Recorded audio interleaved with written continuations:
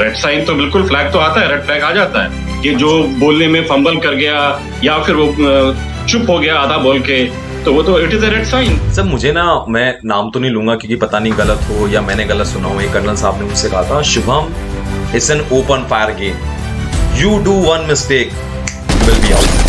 30 बच्चे ले सकता हूँ मैक्स टू मैक्स में, और मेरे पास बेहतरीन बच्चों की कमी है क्या? I will take the top cream assess करने के लिए। मैं ऐसा थोड़ा सबको ले लूंगा, थोड़ा सा तेरे को बोलना आता है, मैंने ले लिया उठा, तेरी गलती है, तुझे समझनी चाहिए, ऐसा है क्या? अच्छा बिल्कुल नहीं होता। मैं जा रहा हूँ, मैं स्टूडेंट जा रहा हूँ, एस्पिरेंट जा रहा हूँ, मैं जाके 12 पिक्चर लिख रहा हूँ, तो मुझे यही बात समझ में आ रही है कि जो मुझे दिख रहा है, असेसर ने वहां पर बोला है कि जो आपके दिमाग में पहली थॉट आ रही है, फर्स्ट आ रहा है आपके दिमाग में, आपके इमोशंस, आपके आइडियाज, आपके एक्शन, वो आप कागज पे उतार दो। कुछ ना राइट है ना ही कुछ रॉन्ग है, सिर्फ आपको अपनी ये 3 चीजें लिखनी है, खाता। जब कुछ है ही नहीं राइट और कुछ रॉन्ग नहीं है, तो सिंपल सा सवाल है कि मेरे को पास होना चाहिए। कुछ राइट नहीं है, कुछ रॉन्ग नहीं है, ये भी मैं जो कह रहा हूं ना, इसलिए कहा जा रहा है कि आप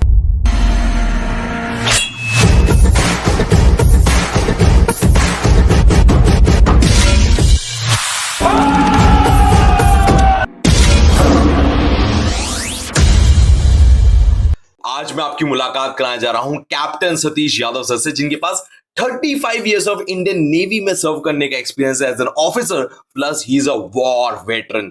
अब इनके पास एक सिल्वर मेडल भी है जो इनको इंडियन नेवल एकेडमी से मिला था जब वो वहां से पास आउट हो रहे थे, और इसके बाद इनकी जर्नी पहुंची DIPR में, जहां पर वो एक इंस्ट्रक्टर भी रहे और जहां जनरल रैंक के बड़े बड़े जनरल, लेफ्टिनेंट कर्नल, इन सबको इन्होंने ट्रेन भी किया। और यहां से इनकी कहानी बढ़ती है SSB बोर्ड में। 3 SSB बोर्ड में सर्व किया as an interviewing officer, plus एक पूरा SSB बोर्ड खड़ा करने में भी इनका योगदान था, वो था NSB विशाखापट्टनम।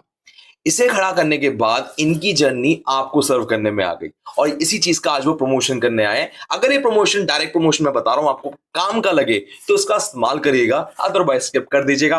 वो ये प्रमोट करने आए हैं कि एक फ्री SSB कैंप लग रहा है 21 अक्टूबर को 2024 में, और इस कैंप के अंदर आप पूरा का पूरा SSB, एग्जैक्ट SSB रेप्लिका देख सकते हो। जैसे एक SSB में लास्ट में जाके ये बताया जाता है कि सिलेक्शन है कि नहीं, ये क्या कर रहे हैं कि सिलेक्शन है कि नहीं ये तो बताएंगे ही बताएंगे, प्लस अगर जो बच्चा फेल हो जाता है उसको एक रिपोर्ट देंगे, उस रिपोर्ट के दम पर एक बच्चा अपनी गलतियां समझ सकता है और रियल SSB में वो गलतियों से बच सकता है। 21 अक्टूबर 2024 वाला ये जो फ्री SSB कैंप है, किसी वजह से अगर आप ये मिस कर देते हो तो मैं आपके सामने 2 नंबर फ्लैश कर रहा हूं, आप इन पे कॉल करके पता कर सकते हैं कि ये वाला कैंप दोबारा कब होगा। ये एक डायरेक्ट प्रमोशन था, तो अगर आपके काम का है ये तो उसको जरूर इस्तेमाल कीजिएगा। ये जो पूरा कैंप हो रहा है ये इंदौर में फोर्स डिफेंस एकेडमी के यहाँ हो रहा है, तो प्लीज मेक श्योर कि इसका पूरा फायदा उठाओ। और अब हम मुलाकात करते हैं कैप्टन सतीश यादव सर से इन 3, 2, 1 गो। जय हिंद सर। जय हिंद सर, आज आप यहाँ पर, हमें इसलिए मौका मिला आज आपके साथ आने का क्योंकि आप एक SSB का कैंप करने वाले हैं, and that camp will be under your guidance. और जब आपकी गाइडेंस होगी इसका मतलब ये है कि हमें कुछ ऐसी चीजें जानने को मिल सकती हैं जो खाली SSB असेसर को पता है, and you are the assessor of the SSB and one of the finest, and you have train many. ठीक है, तो सर पहले तो मैं चाहूंगा कि एक बार ना जो आपका खुद का, आप अपने बारे में जो कहना चाहते हैं कि आप इस यहाँ पर करे हैं, ये आपका एक्सपीरियंस ही है, एक बार आप स्टूडेंट्स को बता दीजिए, क्योंकि उसके बाद I have so many fiery questions जो बहुत शायद डिफिकल्ट हो जाएंगे, क्योंकि table are turn, the aspirant is now an assessor and assessor turn an aspirant. Sir ऐसा हो गया सर, इंटरव्यूइंग पोजीशन बदल चुकी है।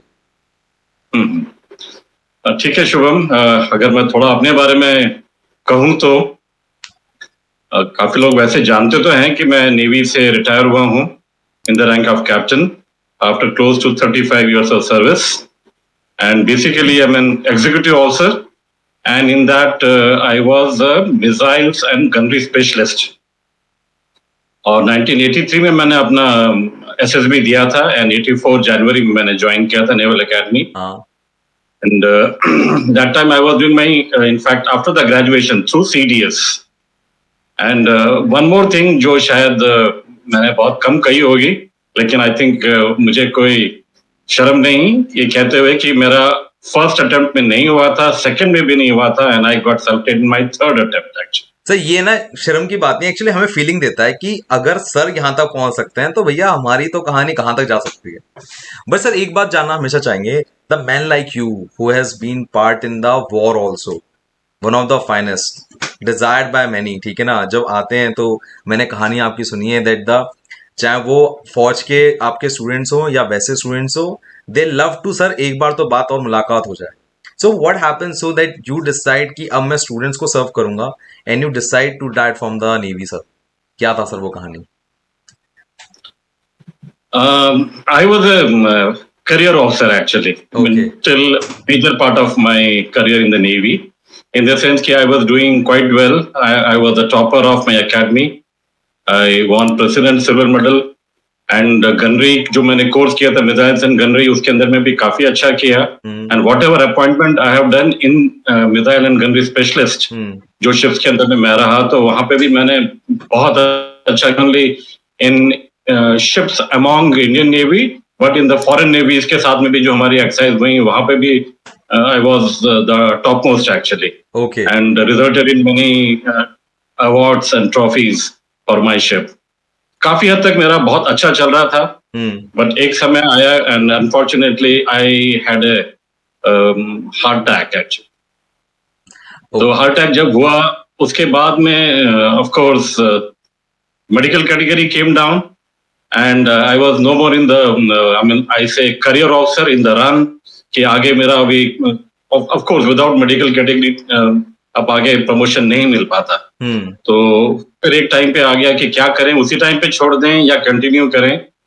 बट समवेयर ये चीजें मेरे को दिखती रहती थी कि एक एसएसबी करके एक ऑर्गेनाइजेशन है जहां पर आप खुद एक एसएसआर बन सकते हैं। तो I applied for that course. मुझे थोड़ा सा मुश्किल से कोर्स में दिया गया क्योंकि I was still doing very good job in naval headquarters, very important job, the personal directorate. तो फिर मेरे काफी रिक्वेस्ट करने के बाद में फिर मुझे ये दिया गया and there also I did very well actually in my DIPR course. And उसके बाद में मेरे को इमीडिएटली अपॉइंटमेंट उसके अंदर में मिल गया। I became the president of NSB Coimbatore. फिर उसके बाद में मुझे एनएसबी विशाखापट्टनम को रेस करने का मौका मिला, मतलब राइट फ्रॉम द बिगनिंग वो मैंने खड़ा किया है। और फिर 33 एसएसबी में मैंने लास्ट मेरी पोस्टिंग थी, और उसके बीच में डीआईपीआर में मुझे शायद मेरा थोड़ा सा ठीक रहा होगा, तो डीआईपीआर में चीफ इंस्ट्रक्टर का मेरा पोस्टिंग रहा, जो मेरे लिए एक बहुत ही अच्छा था, जो मैं कहता हूँ कि मेरा one of the best appointment actually. वहां पे जब मेरे को पढ़ाने का मौका मिला सीनियर ऑफिसर्स को, वो भी छोटे मोटे को नहीं, कर्नल से लेके मेजर जनरल को पढ़ाना और इतना आसान नहीं होता। आप एक ही फोर्स के नहीं, आर्मी नेवी एयरफोर्स के तीनों को मिला के, including coast guard, sorry to say including foreign officers also. तो वहां पे मैंने मतलब काम किया और 7 साल तक काम किया, बड़ा मजा आया और काफी कुछ सीखा मैंने वहां पे। In fact that was the organisation जहां पे मैंने साइकोलॉजी को लेके मतलब इंटरव्यूइंग ऑफिसर कोर्स तो किया था, फिर मैंने वहां पर एमएससी साइकोलॉजी भी कर ली, फिर मैंने एमफिल साइकोलॉजी भी कर ली। मेरी डॉक्टरेट बिल्कुल खत्म होने वाली है, आई थिंक थोड़ा सा वाइवा बाकी है, आई थिंक वो भी हो जाएगा। तो ये कटसी डीआईपीआर से मेरे को एक फिलिप मिला जो थोड़ा डिफरेंट करियर से था, लेकिन एक बहुत सेटिस्फाइंग टेन्योर था। Okay fine. अब सर मैं ना, अब मैंने इतना जान लिया आपके बारे में, मेरे को एक मन में एक बहुत ही सिंपल सवाल ही आता है कि जब सर थे तो सर ने एज अ एस्पिरेंट वो सारी चीजें देखी हैं, पर तब उतनी गाइडेंस नहीं थी। Now you will be there in Indore, और सभी बच्चों को वो फैसिलिटी फ्री में मिल रही है इंदौर में, और जिस फैसिलिटी के अंदर वो आपके थ्रू 5 डे पर्सनल गाइडेंस के थ्रू आपसे जान सकते हैं। बट हम अभी मान के चल रहे हैं कि जो अभी हमारे साथ व्यूअर जुड़े हैं उनको एसएसबी के बारे में कुछ भी नहीं पता, ठीक है ना, चाहे वो रिपीटर हो चाहे वो फ्रेशर हो। अब मेरा सवाल ये है, हम पैरा कमांडो को ये मानते हैं दे आर द रिजेक्शन, वो कहते हैं हम रिजेक्ट करने बैठे हैं, और एसएसबी कहता है हम सेलेक्ट करने बैठे हैं, आओ यार हम तो ढूंढ रहे हैं तुम्हें।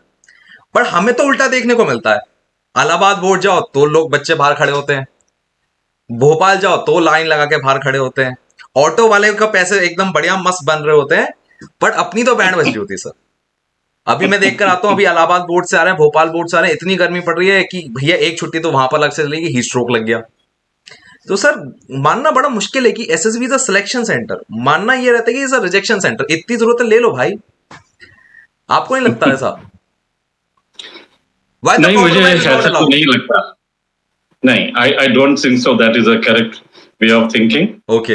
As far as SSB is concerned, SSB is definitely a selection center only. Hmm. But जो एसएसबी के जो मापदंड हैं एक्चुअली जो मीट करना चाहिए स्टूडेंट को, वो बच्चे आजकल मैच नहीं कर पा रहे हैं। तो दैट इज द रीजन वो इसलिए आते हैं और चले जाते हैं। ओके। आई डोंट नो क्या डिफरेंस आया है आजकल की एजुकेशन सिस्टम में, जो पहले से थोड़ी सी मतलब नाम के लिए तो बहुत अच्छी हो गई है, लोगों के परसेंटेज बहुत अच्छे हो गए, 95% आ रहे हैं, 99% आ रहे हैं, ये जी सब जी। कुछ हो रहा है। बट आई वुड से कि जो पहले उस जमाने में 30 साल 35 साल 40 साल पहले आते थे, मुश्किल से सेकंड डिवीजन या मतलब फर्स्ट डिवीजन आते थे, बट उनकी नॉलेज ज्यादा अच्छी होती थी। कहीं अच्छा। ना कहीं यह डिफरेंस देखने को मिलता है। आजकल के सिर्फ percentage is not the I mean guarantee कि उसके पास में नॉलेज है, इंफॉर्मेशन है। उनसे बेसिक क्वेश्चन पूछो तो वो नहीं बता पाते, जो एक 10th 11th के बच्चे को आराम से पहले मालूम होता था। अच्छा so this is the difference, they are not matching up to the sir, requirements. पर मैंने एक बार सैम मानेकशॉ सर से एक बात पूछी गई थी व्हेन ही वाज देयर, तो उनसे कहा गया था कि डू यू थिंक जो अब जवान आ रहे हैं, जो नए लड़के आ रहे हैं, they are not up to the mark? तो उन्होंने कहा था the all the young chaps are okay. जब हम थे हमें भी ये कहा जाता आजकल के बच्चे पता नहीं कैसे हैं, ठीक है, जब ये आ गए हैं, तो उनको भी कहते हैं आजकल के बच्चे पता नहीं कैसे हैं। तो आपको लगता है कि आजकल के बच्चे सच में कुछ कैसे हो गए हैं कि मतलब कुछ सुधार करने की कुछ खास जरूरत है? कि मुझे सबसे ज्यादा शिकायत ना स्क्रीनिंग से ही है, शायद आपको भी हो सकती है, आप असेसर हैं। क्योंकि स्क्रीनिंग ऐसा है कि यार कई बार तो नहीं समझ में आता कि यार हुआ क्या। कि आप आए, चाय बिस्कुट का आपका इंतजाम मस्त एकदम हो रखा होता है, भगवान की दुआ से मिल भी जाता है, नहीं मिल पाता तो फिर देखते हैं, दोस्तों भी शेयर शेयर कर लेते हैं। बट वो 2 मिनट ऐसे लगते हैं कि यार हम आए थे, बैठे थे, हमारे रिश्तेदार जी आए थे, वो सिलेक्ट करने आए थे, उनको हम पसंद नहीं आए, और उन्हें फर्स्ट डे में टाटा बाय बाय कर दिया। जिसका टीआर बना टीआर लिया, जिसका नहीं बना आप घर जा रहे हैं। आई वॉन्ट अ 3 सर की 3 ऐसी चीजें बता दो आपकी, मैं फट से जाऊं स्क्रीन में, मेरे कुछ काम में आ जाए। तो अगर सिर्फ 3 एडवाइस की बातें करेंगे तो आई वुड से कि स्क्रीनिंग के अंदर में बिसाइड्स ओआर टेस्ट जो पीपीडीटी होता है, PPNDT is one of the very important test. कहने को तो हम कहते हैं कि पीपीडीटी एंड ओआर टेस्ट की दोनों की बराबर वेटेज है, बट कहीं ना कहीं पीपीएनडीटी की वेटेज ज्यादा होती है, क्योंकि यहाँ पे तीनों असेसर्स देख रहे होते हैं। तो ड्यूरिंग पीपीएनडीटी जब वो नरेशन के लिए आता है और उसके बाद में डिस्कशन करता है इन ए बैच ऑफ 10 to 12, वहां पर वो कैसे परफॉर्म कर रहा है, बेसिकली उसमें कॉन्फिडेंस है कि नहीं, सबके सामने वो बोल पा रहा है कि नहीं properly with confidence and with logic. और वो नरेशन हो गया, नरेशन डिस्कशन के बाद में ये लॉजिक एंड कॉन्फिडेंस तो रहेगा ही रहेगा, होना चाहिए। और उसके बीच में उसको कहीं ना कहीं ऐसे टीम मेंबर अपनी दिखानी चाहिए कि मैं एक टीम मेंबर भी हूं, बिकॉज यहाँ पर जो आपको कॉमन स्टोरी बनानी है उसके अंदर में उसका कंट्रीब्यूशन होना चाहिए उस कैंडिडेट का towards the formation of a common story. तो वो 3 4 बार बोले और ये ना भूले कि हमें एक कॉमन स्टोरी बनानी है, और वो बना के किसी तरह पूरे टीम को अगर वो गाइड करता है या ले जाता है और बनाने में मदद करता है, तो ये 3 चीजें उसके लिए बहुत काम आएगी और वो डेफिनेटली इन होगा, स्क्रीन ठीक इन है, होगा। अब आप ये कह रहे हैं, पर मुझे नहीं लगता आइडियली कभी ऐसा होता है। जीडी फिश मार्केट इतनी खतरनाक होती है, बोलने का मौका मिल जाए बहुत बड़ी बात है, ठीक है। पिक्चर जो हम देखते हैं वो 100% हमें समझ में आ जाए, जहां हम बैठे हैं वो लिख लें, बहुत बड़ी बात है। तीसरी बात, ओआर में हमसे गलती ना हो, ऐसा हो नहीं सकता। हमारे अकॉर्डिंग क्वेश्चन आ जाए वो पॉसिबल नहीं है, पेपर लीक नहीं होता, पास्ट ईयर पेपर आप देते नहीं हो मार्केट में। तो जो ये बातें कही जा रही हैं वो बड़ी मतलब ऑन पेपर बड़ी अच्छी लग रही है, या सुनने वाली बड़ी अच्छी लग रही है, पर रियलिटी को टच करने वाली नहीं है। अगर आज की तारीख में आप खुद, आपने कई सारी बुक्स देखी होंगी, डीआईपीआर में तो बुक्स होती हैं, लाइब्रेरी होती हैं। इनफैक्ट अब तो मैं देखने लगा हूँ कि यूट्यूब चैनल भी रेफर करने लगे हैं। One of the few assessor told me, Shubham तुम्हारा चैनल डीआईपीआर में बताने लगे हैं आजकल कि जाओ देखो इसे, ठीक है।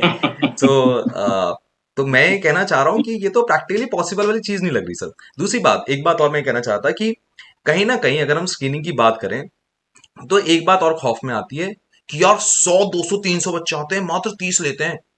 हर बच्चे के मुंह पे एक ही सवाल, यार क्या देख रहे हैं, यार पता नहीं, यार पता नहीं क्या देख रहे हैं। और ऐसी अफवाहें उड़ जाती हैं, भोपाल बोर्ड में यार नरेशन ही देखा जाता है खाली। भाई बस तू ना ढंग से जीडी में एक बार बोल दियो, तेरा पक्का हो जाएगा। भाई यहाँ पर ना जलंधर में तो ओया चेक ही नहीं करता कोई, मैं तो देखा ही नहीं भाई चेक करते हुए। लास्ट टाइम तो देखा था भाई, जेसीयू चेक कर रहा था बैठ के। ऐसी कहानी होती है सर, पता नो नहीं आपको नहीं पता है कि नो, नहीं? एब्सोल्युटली एब्सोल्युटली रॉन्ग इंफॉर्मेशन, ऐसा नहीं होता। ओआर की अपनी जगह है। मैं ये नहीं कह रहा कि ओआर में सारे आपके क्वेश्चंस के आंसर सही होने चाहिए। कम से कम आप 60% अबव तो होना चाहिए।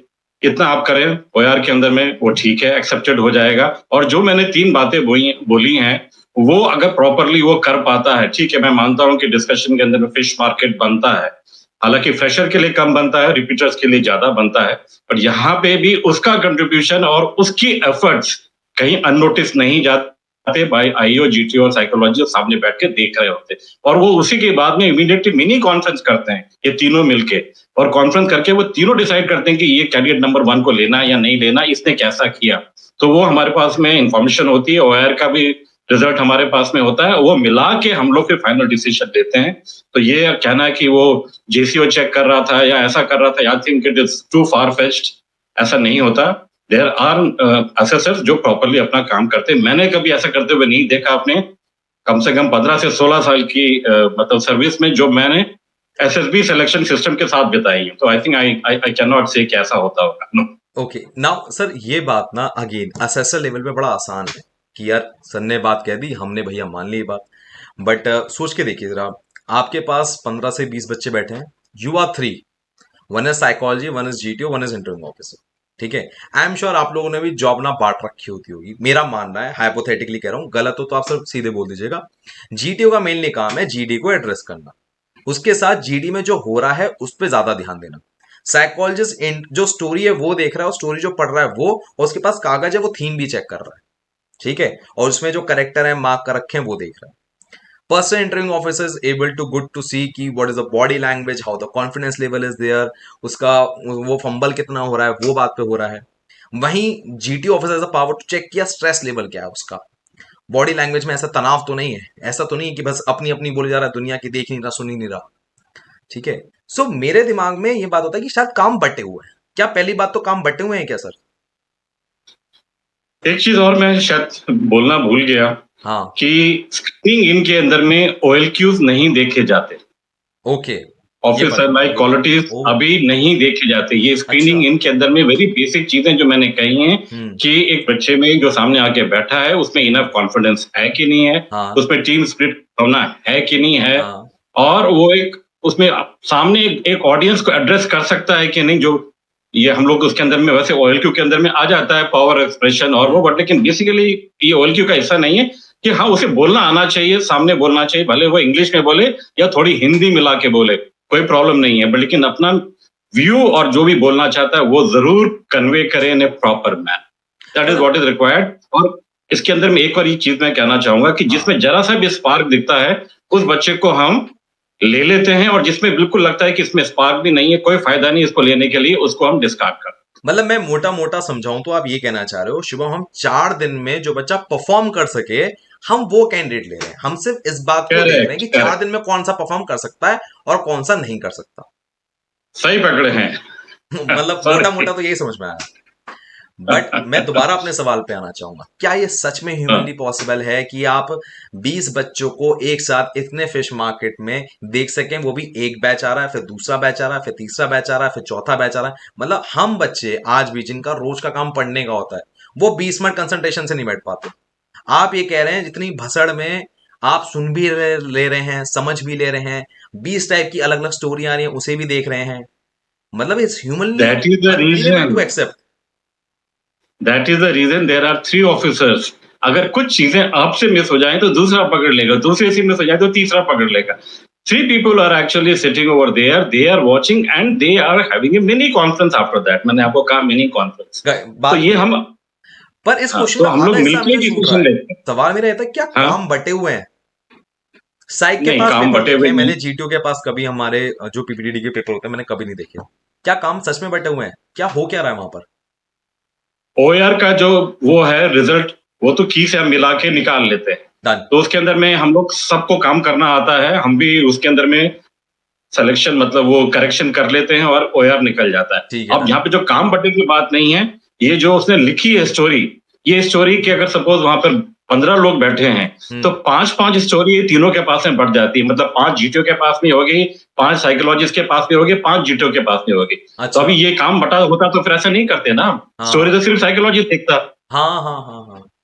ओके तो ओके। ये ऐसा तो नहीं है, तो मैं भी स्टोरी देख रहा हूँ, साइकोलॉजिस्ट भी देख रहा है और जीटीओ भी देख रहा है। बहुत तो बढ़िया। काम यहाँ बटा नहीं हुआ है। बेसिकली यहाँ पर हम देख रहे हैं कि वो जो उसने बोला वहां पर वो उससे मैच कर रहा है कि नहीं कर रहा, क्योंकि वो जो उसने स्टोरी लिखी है वो पन्ना मेरे पास में भी है, that page is with me also. तो हम लोग वो बारी बारी से चेक करते रहते हैं व्हेन ही इज स्पीकिंग। और कई लोग है ना थोड़े स्मार्ट एक्ट मारने की कोशिश करते हैं, लिखा कुछ होता है और वहां पर बाकी लोगों की स्टोरी सुन के उनको भी आइडियाज आ जाते हैं और वहां पर वो अपनी स्टोरी में बदलाव ले आते हैं, चेंज कर देते हैं। इतना तो पकड़ना वो पॉसिबल देख हो लेते हैं पाता हम है? लोग, यहाँ पे लिखा तो डिफरेंट है उसमें, अच्छा। तो वहां मार खा जाता है वो स्टूडेंट जो भी होता है कैंडिडेट। अच्छा, मतलब आप स्टोरी चेंज नहीं कर सकते जो आपने लिखा है, आप ये कह रहे हैं? बिल्कुल। हम्म, जरा सी भी नहीं? हाँ, इसमें कर सकते हैं अगर उसने स्टोरी कंप्लीट नहीं करी, that particular candidate for example chess number 1 ने नहीं करी, तो जब ये जीटीओ का अपना जो खत्म हो जाता है इंस्ट्रक्शंस की क्या क्या करना है, उसके बाद में वो अपना हाथ खड़ा करके पूछ सकता है कि sir while writing I could not complete the story, am I allowed to complete the story in the narration. अच्छा, बताना पड़ेगा? पूछना पड़ेगा उस कैंडिडेट अच्छा। को, परमिशन लेनी पड़ेगी, इन्हें सॉर्ट ऑफ परमिशन कि सर मैंने कंप्लीट नहीं करी थी, am I allowed to complete the story while narrating. तो जीटीओ डेफिनेटली बोलेगा yes sir please, please yes please go ahead. तो वो अपने नरेशन के अंदर में स्टोरी को कंप्लीट कर लेता है व्हाइल ओके। गिविंग। सर मुझे ना, मैं नाम तो नहीं लूंगा क्योंकि पता नहीं गलत हो या मैंने गलत सुना हो, एक कर्नल साहब ने मुझसे कहा था, Shubham, it's an open fire game, you do one mistake you will be out. क्योंकि 300 लोग हैं यार मेरे पास, 30 बच्चे ले सकता हूं मैक्स टू मैक्स में, और मेरे पास बेहतरीन बच्चों की कमी है क्या? I will take the top cream assess करने के लिए। मैं ऐसा थोड़ा ना सबको ले लूंगा, थोड़ा सा तेरे को बोलना आता है मैंने ले लिया उठा के, तेरी गलती है, तुमने तुझे समझनी चाहिए। ऐसा है क्या? नहीं, एक गलती आई उसको निकाल दें, ऐसा नहीं होता, अच्छा। बिल्कुल नहीं होता। तो मैं सुना रिपीटर बिल्कुल। के साथ यू आर हाँ वेरी मैं, हार्श, वो भी सच नहीं है? क्या?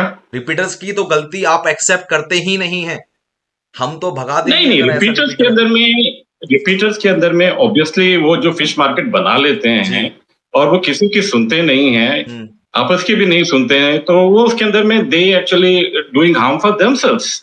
अच्छा। इसीलिए उन लोग मार खाते हैं। अदरवाइज हम किसी के पीछे नहीं पड़े हैं कि रिपीटर को आप नहीं सेलेक्ट करो या फ्रेशर को ही सेलेक्ट करो, ऐसा नहीं है, बिल्कुल नहीं। It is definitely performance by the candidate during discussion और नरेशन, वो बहुत इंपॉर्टेंट है। वहां पर वो क्या करता है, कैसे करता है, वो देखा जाता है वहां पे। इसलिए कहते हैं कि वो उसको प्रॉपरली करना चाहिए। रिपीटर आके फिर वही काम करेगा पहले जैसे कर रहा था, तो फिर कोई फायदा नहीं, वापस जाएगा वो। अच्छा, is there any science of stress come during the GD और narration? It's a red flag for you कि इसको लेना ही नहीं है? नहीं, रेड साइन तो बिल्कुल, फ्लैग तो आता है, रेड फ्लैग आ जाता है कि जो अच्छा। बोलने में फंबल कर गया या फिर वो चुप हो गया आधा बोल के, तो वो तो it is a red sign कि फिर उसके बाद में डिस्कशन में भी उसका मतलब he has withdrawn from the group और अब कुछ पार्टिसिपेशन नहीं कर रहा डिस्कशन के अंदर में, तो फिर वो कंफर्म हो जाता है कि सडनली इसका कॉन्फिडेंस लेवल बिल्कुल डिप हो गया है और ये अभी अपने आप को परफॉर्म नहीं कर पा रहा है यहाँ पर, तो ओके फिर सर। वो नहीं होगा। अच्छा, मतलब दूर ना बाहर बैठ के ना ऐसे समझ नहीं आता यार, 300 बच्चे आए हैं, ठीक है, majority of them are CBSE board. UP board की हम्म संख्या उतनी नहीं होती, मैंने देखा है, कम होती है। यूपी बोर्ड पहले ही आकलन कर लेता है भैया हम तो ऑफिसर नहीं बन सकते, वो सीधे सैनिक के लिए जा रहे होते हैं, उनकी माइंडसेट हम्म ऐसा हो चुका होता है कुछ। Majority of CBSE board student can't भी इतना नहीं खराब हो सकता कि 300 बच्चे आ रहे हैं 100 बच्चे भी ठीक ना निकले, ये मानना असंभव के बराबर है। तो इसको ठीक है। थोड़ा और डिग इन करें तो मुझे जानना है कि उसमें अगर आप उस 30 या एवरेज 22 का एवरेज जो चलता है स्क्रीनिंग का, उसमें आपने किन किन बातों पे आज तक निकाला है? एक चीज मैं बोलना चाहूंगा कि कुछ हद तक एक चीज सही भी है कि हाँ 300 बच्चे आ रहे हैं, उसमें से 30 या 40 रखे हैं हमने, हाँ। तो ये एक हमारे सिस्टम का लिमिटेशन है जो मैं एक्सेप्ट करता हूँ। और ये चीज मैं जब सर्विस में था तो मैंने कई बार कही भी थी। क्या लिमिटेशन है, let me explain to you. हाँ। जो मैं पहले से बोलता आ रहा हूँ कि एक चीज ये है कि मतलब बाबा आदम के जमाने से जो हमारे numbers of interviewing officers and GTO and psychologists in a particular board हाँ, वही के वही चले आ रहे हैं। अच्छा, मतलब अगर 3 या 4 आईओ हैं या 4 जीटीओ हैं या 4 साइकोलॉजिस्ट हैं तो जनरली इतने ही हैं। मतलब पिछले 50 सालों से कोई चेंज नहीं आया उसके अंदर, वही के वही चले आ रहे हैं। अब पहले की बात आप देख लीजिए, जब हमने 35 साल या 40 साल पहले किया था तो number of student who were coming for SSB were quite less. वो 50-60 ही होते थे, अच्छा, मुश्किल से 50-60, हाँ, इतने नहीं जाते थे कि 300 250 एक एक बैच के अंदर में आ रहे हैं। तो वो 50-60 के अंदर में आपने 50% रख लिया तो ऑब्वियसली आप वहां पे पहले स्क्रीनिंग भी नहीं होती, तो वो सारे 50-60 को ही मतलब पूरा पूरा 5 डे का प्रोसेस करना पड़ता था। अब यहाँ पर इतने सारे लोग आ रहे हैं, 300 लोग आ रहे हैं, और आपके पास में नंबर ऑफ ऑफिसर्स जो असेसमेंट करेंगे वो आज भी सेम है, उसमें कोई बदलाव नहीं। तो ऑब्वियसली उनके ऊपर में तो बहुत लोड है। अगर वो 300 में से अगर 100 भी रख लेते हैं तो उन लोगों को 100 लोगों को रखना, उनका इंटरव्यू करना, उनका ये करना, it would be a herculean task. ये जो मैं बात कर रहा हूँ कि ये 3-4 और ये 4-4 की बात कर रहा हूँ, इनमें से उन लोगों की छुट्टी भी देखना है, उनकी बाकी कोई प्रॉब्लम भी आ सकती है, तो ये जो फिगर और भी कम हो जाता है। मतलब 3 जीटीओ, 3 साइकोलॉजिस्ट और मे बी 2 इंटरव्यूइंग ऑफिसर। तो जब लिमिटेशन, ये एक पहली लिमिटेशन है कि नंबर ऑफ ऑफिसर्स आज तक बढ़े नहीं है जो हाँ, बढ़ने चाहिए थे, वही के वही चले आ रहे हैं और उनके लिए लोड बढ़ गया है। तो अभी ये एक तरह से लोड मैनेजमेंट हो गया है। अभी अच्छा, आप जो कह रहे हैं कि 300 आ रहे हैं और 30-40 रख रहे हैं, तो जब उनको मालूम है कि हमारे पास में 2 ही इंटरव्यूइंग ऑफिसर हैं और बाकी इतने ऑफिसर्स कम हैं, तो वो इतने लोगों को लेंगे ही नहीं कि जितने वो नहीं कर पाए। संभाल तो ना कहीं पाए, ना कहीं सीधी-सीधी वही, बात, जितना संभाल सकते हैं उतना लोड लेंगे, बाकी भैया घर जाओ। हाँ। ठीक तो है, ये फिर उस केस में तुमने किसी ने बोला ना कि एक अफसर ने बोला था कि जरा सी भी गलती करी तो वो निकल जाएगा, हाँ, तो शायद उस केस में ये फिर ये कनेक्ट हो सकती है बात। अच्छा, तभी ये देखा गया है कि एनडीए में कहीं बच्चे 90 और 88 के आसपास आते हैं, तो उनमें हमने जो कम थोड़ा परफॉर्मिंग भी होता है स्क्रीनिंग में, हमने उन्हें अंदर जाते हुए देखा है। वहीं हमने एनसीसी, एससी टेक, जो बड़ी टीजीसी हम्म, एंट्रीज होती हैं उनमें नहीं देखा, जहां 300-400 बच्चे आ रहे हैं। ठीक है, उन्होंने मुझे सीधे बोला, Shubham this is open fire machine gun round, we found a hmm, mistake, भाई तू निकल, मेरे पास है ऑप्शन है, टॉप क्रीम है, टॉप क्रीम रखता हूँ मैं। हम्म। ही टोल्ड मी दैट, क्योंकि मेरी एक टाइम ऐसे ये प्रॉब्लम थी कि लिंक मैं हो सकता स्क्रीन है जो आउट मैंने स्क्रीन आउट बताया। Screen out screen out screen out ही हो रहा था, एंड आई वाज, मेरे हम्म, पास सीडीएस की एंट्री खत्म हो चुकी थी, मैं बड़ा परेशान होने लगा था दैट टाइम। तो ही टोल्ड मी दैट टाइम। अच्छा, एक बात और मुझे बताई गई थी, when you are selecting the top cream, you have two type of creams. One is when 3 officers say for one candidate, yes yes yes, ये तो जाएगा ही अंदर। अगली एक cream, yes yes doubt, but having OIR 1 or 2, this person has a जाए solid chance कि वो अंदर जाएगा ही जाएगा। जाएगा। अब हम्म, अगर ट्रिपल यस के 30 से ज्यादा आ जाते हैं, the board has a problem कि अब जो बंदा ऑलरेडी सिलेक्टेड है ट्रिपल यस, जिसको हम नहीं कर सकते, तो बोर्ड बाहर से ऑफिसर बुलाता है बकायदा, जिससे हम सक्सेसफुली वो जो 5 दिन है वो कंडक्ट कर सकें। क्या ये भी सत्य है? ये होता है। कई बार कैंडिडेट आपके ज्यादा आपने स्क्रीनिंग कर लिया तो फिर आप अपने बगल के एसएसबी से आईओ या जीटीओ को बुला लेते हैं, भाई हमारे पास में ऑफिसर नहीं है, प्लीज कम अच्छा, एंड जॉइन अस, एंड ये होता है, तो ये तो, कई बार किया गया है। अच्छा, तो इट ये होता है। This is a talk and town हो जाता होगा सर फिर तो पूरी एसएसबी बोर्ड में कि अच्छा ये लॉर्ड बड़ा अच्छा आ गया तो। ये वाली चीज ये भी दर्शाता है कि हम लोग जबरदस्ती किसी को निकालने की कोशिश नहीं करते। जिसमें वाकई मतलब ट्रिपल यस वाला है उसको हम रख रहे हैं, मौका दे रहे हैं, और हम भले कम हैं, लोड मैनेजमेंट मतलब हमारे से मुश्किल हो रहा है, लेकिन हम कहीं ना कहीं से हेल्प मांगेंगे और फिर भी उसका असेसमेंट करने की कोशिश करेंगे, तो फेयर चांस देने की पूरी कोशिश रहेगी। अब जरा स्टूडेंट समझे, जरा जो व्यूअर्स हैं वो समझे, बहुत ध्यान से समझे। एक इंसान की ह्यूमन कैपेसिटी 9 आवर्स की वर्किंग की होती है। व्हेन द ऑफिसर्स सी कि ट्रिपल एस वाले ज्यादा आ गए, they even conduct interview in the night also, 9 बजे तक चल रहे होते हैं, 9-10 बजे तक। अब 9-10 बजे चल रहे होते हैं, then these officer has responsibility की रिपोर्ट करना कि 9 बजे तुम कर क्या रहे थे, why the hmm, hell you call that person at 9 PM। ऐसा भी कुछ मैंने कैसा कहानी सुनी, ऐसी भी हुए हैं। नहीं, करना तो पड़ता है, हाँ, क्योंकि सारे इंटरव्यू जनरली आप आफ्टरनून में ही शुरू करते हैं, जी, आपको 3 दिन ही मिलते हैं हाँ, इंटरव्यूइंग ऑफिसर को। जीटीओ और साइकोलॉजिस्ट डे के मतलब बाद में ही दोपहर में करे जाते हैं। तो हमने खुद किए हैं, रात के 10 बजे तक इंटरव्यू किए हैं और रिपोर्ट भी लिखी है। हाँ तो जब पता हो जाता है तो हमें मतलब बोलते हैं ना, बर्न द मिडनाइट ऑयल, हमें करना पड़ता है। We do it, we know कि हमें करना है, कोई उसका हमारे अलावा कोई है नहीं। जब यू नो दिस थिंग कि और कोई नहीं है तो फिर आप करते हो। That is what we are actually. अच्छा, नाउ फौज में हूँ कमिंग भाई। Back to the base. अच्छा, यहाँ पर मुझे एक चीज लेनी है, हमें दो सवाल है। पहला सवाल है, burn the midnight oil at this stage, successful person having a secure job, उसको मतलब बर्न द मिडनाइट ऑयल क्यों करनी पड़ रही है, and why it is so required an attitude of this. क्योंकि आपने कहा ना कि अब के जो बच्चे हैं 90% तो ला रहे हैं, 85% तो ला रहे हैं, बट कुछ एटीट्यूड में कमी है। तो मुझे बर्न द मिडनाइट ऑयल का माइंडसेट समझना है कि एक gazetted officer, high ranking officer, colonel rank का आदमी, सेटल आदमी ऐसे ही काम क्यों कर रहा है। सेकेंडली, जो मुझे सवाल समझना है, अब हम बात आते हैं ट्रिपल यस पे। वो ट्रिपल यस वाला जो कैंडिडेट होता है, उसमें आप क्या देख लेते हो ऐसा? ये तीनों ऑफिसर ने ट्रिपल यस कहा है। तीनों ऑफिसर का ट्रिपल यस कहना मतलब he has all the thing we are looking कि 4 दिन में होनी चाहिए। हो सकता है शायद सर आपका आंसर रिपीटेड हो, बट मेरे लिए बड़ी टॉप नॉच क्रीम वाला है। वन नाइट मिड ऑयल से शुरू करते हैं सर।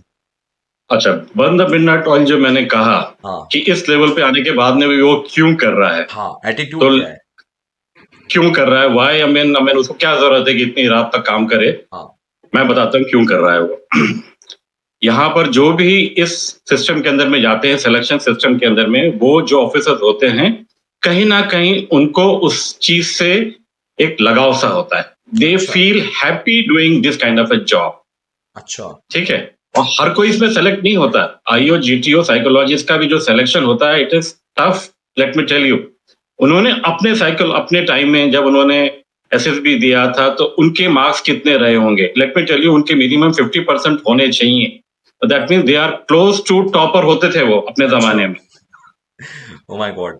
आप जो कहीं भी देख लें, टॉपर का परसेंटेज होता है 50, 51, 52, 53, इसी के आसपास में 50, 51 होता है। चाहे आप डिफेंस सर्विसेज का ले लें, चाहे आईएएस का आईपीएस का ले लें, हाँ, जो भी टॉपर होता है he is close to 50, 51%। True. तो हमारे में भी जो सेलेक्ट होते हैं आईओ जीटीओ और साइकोलॉजिस्ट, तीनों तीनों जिसको एक काम दिया जाता है तो he has to be somewhere close to topper kind of people, जिसके इतने मार्क्स आए हैं। दूसरी चीज, उसका OAR himself has to be 1 या 2 इन इस टाइम। उस टाइम पर, अच्छा। इन इज दैट टाइम। वो उसके नीचे वाला ओएआर वाले को मतलब भेजेंगे ही नहीं, सेलेक्ट ही नहीं करेंगे टू ओहो। Be an assessor. अच्छा दैट इज मैं कह रहा हूं कि वो क्लोज टू टॉपर होता है वो बंदा, जो भी अच्छा। असेसर होता है। ओके। ओके। और तीसरी चीज, उसका एक बहुत अच्छा मतलब सॉलिड रिकमेंडेशन होना चाहिए बाय द पर्टिकुलर हेडक्वार्टर, चाहे एनएचक्यू हो, एएचक्यू हो, या तो वो सब देख के ही उसके बाद में उनका सिलेक्शन होता है। और जो सबके नाम जाने के बाद में भी जो टॉप में होते हैं उनको दिया जाता है। तो 25-25 लोगों के लिए नेवी के अंदर में सिग्नल में आते थे नाम, उसमें सेलेक्ट कितने होते थे? 3। मतलब आप ये कह रहे 3 हो कि आप assessor. GTO psychologist interviewing officer बन चुके हैं, पर सबको एसएसबी बोर्ड अलॉट नहीं होगा। नहीं नहीं नहीं नहीं नहीं नहीं नहीं, तो मैं कह रहा हूं कि ये बनने के लिए लोग नाम देते हैं। हाँ। ठीक है, ये आया, एक सिग्नल आया कि भाई फला फला कोर्स डीआईपीआर में होने वाला है इस तारीख से इस तारीख, प्लीज हाँ। प्रोवाइड योर मतलब अपना नेम्स फॉरवर्ड करिए। हम्म। ठीक है। तो 25 लोगों ने नाम फॉरवर्ड कर दिया आया कोर्स के नेवी के अंदर में। हम्म। बट नेवी की वैकेंसी वहां पर 2 या 3 है।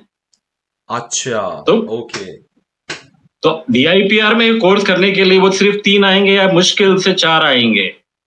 मैं ये कहने की कोशिश कर रहा हूं मैं कि समझ हर गया। किसी को असेसर भी नहीं बनाया जाता। हर तो जो पॉसिबल नहीं। असेसर बनता है वो टॉप लेवल का होता है, उसका लगाव होता है। हाँ। ही फील हैप्पी कि वो एक साइकोलॉजी रिलेटेड चीजों में जाना चाहता है और ओके उसको बच्चों से बात करने में या उनको हेल्प करने में कहीं ना कहीं अच्छा लगता है। Okay, so he is basically a mind commando. उसका बैठने का भले ही हम्म काम है, is a mind commando. You want to say hmm. This? Okay, wonderful. जैसे कि मैं अपने बारे में कहूँ शुभम, आज भी जब भी कोई एक अच्छा कैंडिडेट सामने आता है और आपका उसका इंटरव्यू लेते हैं 45 minutes to 1 hour, and he और she is able to give all the answers और आप उसको सेलेक्ट करते हैं, अच्छे मार्क्स देते हैं, यू फील वेरी हैप्पी कि हाँ, आपने देश के लिए कुछ किया और एक अच्छा कैंडिडेट फौज को दिया है। तो that feeling is always there. ठीक है, I got the point of mind commando. Now let's come to the point of 3 years. 3 years, and I'm talking about the rigorous entries like SC Tech, GGC, JAG entries, भर भर के आते हैं। ठीक है, what the 3 years, तीनों officer क्या क्या दे रहे होंगे उस टाइम, वो क्या होगा उस कैंडिडेट में। आई एम थिंकिंग वो सेम ही होंगे, लगभग तीनों ईयर सेम ही होंगे। उनकी जो बातें होंगी कहने की कि यहाँ इसमें अच्छा है, इसमें अच्छा है, इसमें अच्छा है, वो तीनों ऑफिसर सेम हर बार ही कहते होंगे। What's your point of view? I will say कि जैसे जो 3 इयर्स की बात हो रही है, हाँ तो वो कैंडिडेट के अंदर में एक कॉन्फिडेंस होना चाहिए, एक उतना हौसला होना चाहिए कि ready to face the world. वो दिखा रहा है कि हाँ, वो घबराता नहीं, ही इज कॉन्फिडेंट, झेलेगा। ठीक है। दूसरी इंपॉर्टेंट चीज उस पर एक होनी चाहिए कि he should have never to say die attitude, क्योंकि कहीं ना कहीं आपको फेलियर्स मिलेंगे अपने लाइफ के अंदर में। आपको फेलियर से घबरा के अगर पीछे चला जाए या हार मान ले, वो नहीं होना चाहिए। अगर वो फाइटर है, तो हाँ, कहीं ना कहीं वो डेफिनेटली उसका सिलेक्शन होगा। अच्छा, और यहाँ तीसरा पर चीज, एक सेकंड का पॉज सर। व्हेन यू से नेवर टू डाई से एटीट्यूड, मतलब वो अगर फंबल भी कर रहा है तो वापस रीबैक करे विद द कॉन्फिडेंस और अपनी बात रखे, यही कहना चाह रहे हैं आप? जीडी सॉरी, नरेशन खराब हो गया तो जीडी में गिव अप ना कर दे। अब जीडी का काम है तो जीडी में बिल्कुल अच्छा परफॉर्म करे, आप ये कहना चाह रहे हैं, राइट? बिल्कुल बिल्कुल बिल्कुल बिल्कुल, 2 पॉइंट। Very correct. ठीक है, अगला, थर्ड सर। तीसरा यस भी चाहिए भैया हमें। Third, he has to be a team man, मतलब उसमें टीम स्पिरिट होनी चाहिए। कोई अच्छा। भी काम करने के लिए individual brilliance is not the requirement in defence forces. यहाँ ओके, पर टीम के साथ में चलने वाला इंसान चाहिए। ये 3 चीजें मैं जरूर बोलूंगा कि ये हैं, तो फिर वो कैंडिडेट होगा। परफेक्ट है, हो गया काम, वो सिलेक्टेड है, हम्म बस इतना ही। हम्म नाउ ओआईआर का hmm percentage as compare to PPDT कम होता है, पीपीडीटी का परसेंटेज ज्यादा होता है। नाउ सर, पीपीडीटी में ब्रेक करें। सो अगर मैं टेक्निकल परिभाषा में जाऊं, नरेशन से आप एक्चुअली ये 3 चीजें उठा कैसे रहे हो? पहला, हम्म कॉन्फिडेंस। हम्म कॉन्फिडेंस एक बंदा ला रहा है, उसने कहा कि उसको अच्छी तरह से बोलना आता है, but what he did is he is a repeater. वो कई बार आ चुका है एसएसबी में, और अब भी असेसर के बोलने के बावजूद कि do not look at us, look at your mates, और वो फिर भी हम्म आप ही की तरफ देख के बोल रहा है। आप इसे कैसे डील कर रहे हम्म हो? आइए, आपका मानना क्या है? बिग नो नो, क्या कर हमारा, सकते हो आप? अगर वो ऐसा कर रहा है, हाँ तो obviously he is seeking some kind of a help from us. वो हमारे को इम्प्रेशन करने की कोशिश कर रहा है, इम्प्रेशन मैनेजमेंट की कोशिश कर रहा है। हाँ या फिर हमसे वो कहना चाह रहा है कि हाँ, हम जो बोल रहा, मैं जो बोल रहा हूँ उसमें आप हाँ कर रहे हैं, क्योंकि वो he want to see our body language. अगर हम अपना सिर हिला के कुछ यस सा कुछ उसका इंडिकेशन देते हैं, तो basically he is seeking support from me. That means कहीं ना कहीं उस बंदे का कॉन्फिडेंस लेवल कम है, अच्छा इसीलिए वो आपसे सपोर्ट की आशा रख रहा है और आपकी तरफ देख रहा है। अच्छा, ओके। अच्छा, इस तरह ये इस चीज को कैसे देखते हैं? कई बच्चे ऐसे होते हैं कि जब उनका नरेशन आ रहा होता है ना, वो माइंड में रिवाइज करना शुरू करते हैं, उनकी लिपसिंग होने लगती है। तो उस चक्कर में हम्म जो उनसे पहले वाला बंदा नरेट कर रहा होता है, आई एम 110% श्योर उन्होंने उसे नहीं सुना होता। Is it a sign of big no no? ये तो नॉर्मल है, अपनी टर्न आता है तो हर बंदा रिवाइज करेगा। It is not a sign of big no, हाँ but at the same time ये रहेगा कि वो थोड़ा सा अभी एंजाइटी है उसके अंदर में, और वो अपनी पर थोड़ा सा कर रहा है, अपनी अपने को रिवाइज कर रहा है, कोई अपने अपने पॉइंट को और अपनी स्टोरी को। और it's is not a big no, I mean I won't say कि ये कोई बहुत बड़ा मिस्टेक है एक्चुअली ऑन द चलिए, पार्ट इसको ऑफ थोड़ा कैंडिडेट। और एम्पलीफाई करता हूं मैं। अपनी टर्न आने से पहले उसको मान लीजिए चेस्ट नंबर है 5, so before him there are 4 chest numbers आते हैं। चेस्ट नंबर 1 से लेके 4 तक वो बंदा सिर्फ अपना रिवाइज कर रहा है। हाँ देन ये उसके लिए एक प्रॉब्लम का एरिया बन जाएगा, क्योंकि अच्छा जब अपना नरेशन तो प्रॉपरली अच्छा कर लेगा, हो सकता है, हाँ लेकिन जब डिस्कशन में आएगा तो डिस्कशन में कहीं ना कहीं उसको सपोर्ट करने की जरूरत पड़ेगी। 1 to 4 ने क्या बोला था, क्या स्टोरी उनकी थी, वो उसने तो सुनी ही नहीं। तो वो कहीं ना कहीं उसमें से कुछ अच्छे पॉइंट थे वो यूज नहीं कर पाएगा, तो फिर डिस्कशन के अंदर में वो कहीं ना कहीं लैक करेगा। तो it will be a problematic for himself actually if he is doing that. आप यकीन नहीं मानेंगे, I met a guy, I think he is smarter, I don't know what to say कि वो कैसा है। What he do is a habit is कि he is very good in groupism, दोस्त बड़ी जल्दी बना लेता था। तो पूरे ग्रुप में सबकी स्टोरी सुन लेता था। अपने क्या नरेशन में आएगा तो भैया मैं तो बोल दूंगा, अपना पूरा रिवाइज कर लूंगा। उसके साथ प्रॉब्लम ये थी कि भैया मुझे स्टेज फियर है। Groupism is a strength and stage fear is a problem. भैया जब पहले मेरे पास आएगा 5 नंबर, मेरा 5 चेस्ट नंबर है, तो मैं बार बार करूंगा, ठीक है, रिवाइज अपना, और इन सबको मैं छोड़ दूंगा, ठीक है। और फिर जब मेरा हो जाएगा नरेशन तो मुझे पता है कि जीडी में इन लोगों ने पहले क्या मतलब इन लोगों ने स्टोरी क्या बनाई है मैं बोल दूं. Can you see hmm, what level of smartness the student see. So hmm. यहाँ पर क्या कहीं ना कहीं आपको कभी ऐसा महसूस हुआ है कि यार ये तो एक जो आपका प्रोसेस है उसकी एक लेयर मिसिंग है, या मैं कहूँ इसमें कहीं ना कहीं फिल्टर होना रह गया है, क्योंकि कहीं ना कहीं उसका कॉन्फिडेंस तो आपको पता ही नहीं लगा, या वो स्ट्रेस को मैनेज कर पा रहा है नहीं कर पा रहा है. आप इसे कैसे देख रहे हो? क्योंकि मेरे को तो उसका आइडिया बहुत सॉलिड लगा, मेरे को लगा कि उसने बाईपास कर दिया सिस्टम एकदम से. It is easier said than done. What you have just narrated, ये हाँ. कहना आसान है, अच्छा. करना इतना easy. My simple answer is that easier said than done. अच्छा. It cannot be. You are sitting in front of three SSS, sitting with 15 guys or 12 guys. वहां पे वही चीज ऐसे कर देना शायद इतना आसान नहीं. ठीक है. तो वो मतलब rather than breaking the process, the student should have a focus कि वो उस चीज पे ध्यान दे जो एक्चुअल में चल रहा है. ठीक है. Hmm, okay, let's move further in this process. GD हो रहा है, आप नरेशन करके चुके हैं. We have heard many a times assessor stop, next बोल देता है. And hmm. स्टूडेंट्स को मतलब जो अपने वो होते हैं ना जो एस्पिरेंट्स होते हैं उनको तो सबसे बड़ी इस बात से बहुत बुरा लगता है कि यार कम से कम इतनी दूर आए, असेसर पूरा बोलने तो देता. पहले ही मेरा खत्म होने से पहले नेक्स्ट बोल दिया. क्या ही असेस किया होगा. ओके, ये शुभम ये क्यों होता है? Let me just try to say. हाँ. ये इसलिए होता है कि उसकी जो स्टोरी होती है बहुत ही घिसी पिटी होती है. Sorry to say that. उसके अंदर में कोई नयापन नहीं होता. अच्छा. कहीं ना कहीं प्री कंसीव्ड स्टोरी लगती है. हम्म. कहीं से रट के आ गया और वो वही के वही बड़े अच्छे तरीके से बोल रहा है, लेकिन किसी पिटी स्टोरी उसमें कोई दम नहीं. अच्छा. तो वो सुन सुन के कोई फायदा नहीं उसके सुनने से.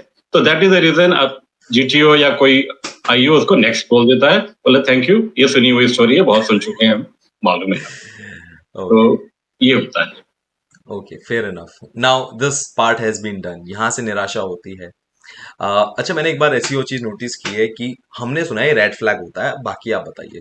For example you get fumble, you get stopped, बोलते बोलते याद आना हो गया बंद, क्योंकि भैया याद करिए, कुछ लोगों का रटने का होता है, कुछ लोग समझ के बोलते हैं. बंदे ने किसी वजह से वो अटक गया. अब जैसे ही वो अटकता है what he do is, I am just replica of that जो एक्सप्रेशन होता है उसको मैं करना चाहूंगा.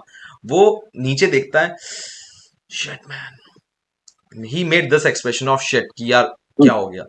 यू टेक इट एज कि he is a stress kind of person, ये स्ट्रेस दिखा रहा है and this is again a big no no, यहां से वापस जाएगा. Again I would say it's not a big no. वो अच्छा. थोड़ी देर के लिए उसने ऐसा अपना चेहरा बनाया जैसे अभी आपने हाँ. दिखाया, लेकिन इमीडिएटली वो फिर बोला just give me a second sir, and he actually retrieve the memory जो दिमाग में थी और कंटिन्यू कर जाए आगे. कंटिन्यू कर जाए आगे, अपनी स्टोरी को नरेट कर दे या डिस्कशन में जो पॉइंट बोलना चाह रहा था बोल दे. देन इट इज कंडोन्ड, कोई प्रॉब्लम नहीं. बट अगर वो अटक गया और उसके बाद में बिल्कुल ही नहीं बोल पाया, बंद ही हो गया, then it becomes a red flag. Okay, ठीक है, fair enough. Now let's move further. GD होता है, पहली बार में 20 बच्चों को बता दिया जाता है, सिंपल इंस्ट्रक्शंस आते हैं, gentleman, this is not the competition of whose story is best. Is the team effort. You have to make up on a common story and come to a common conclusion. At the last, you have to choose a leader, and that leader will narrate the story on the behalf of the group. Simple. Now, in this entire thing, first of all, ये मानना ही असंभव है कि ये competition नहीं है. मैं competitive exam के थ्रू क्लियर करके आया हूं, NDA CDS, and now you are saying this is not a competition. मेरा मतलब क्या हो रहा है, मतलब समझ तू, मतलब मैं किसी असेसर को कुछ कह नहीं रहा हूं, बट मनी मन तो यार है या कुछ, दिस नॉट बिलीवेबल थिंग. ये क्या चीज है? आप इसे नहीं, कैसे आप ठीक देखना है, चाहोगे और आप क्या कहना चाहोगे इसमें? ठीक कह रहे हो शुभम.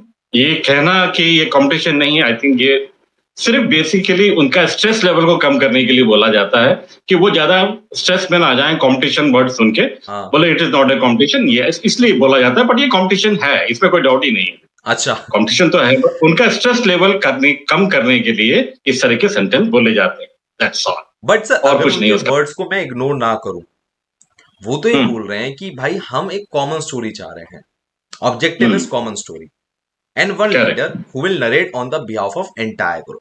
बिल्कुल सर, राइट. करेक्ट. जब वो इतनी बात बोल रहे हैं तो स्टूडेंट को कैसे नहीं महसूस हो, मतलब उसको डिटैच करना कंपटीशन से बहुत जरूरी है.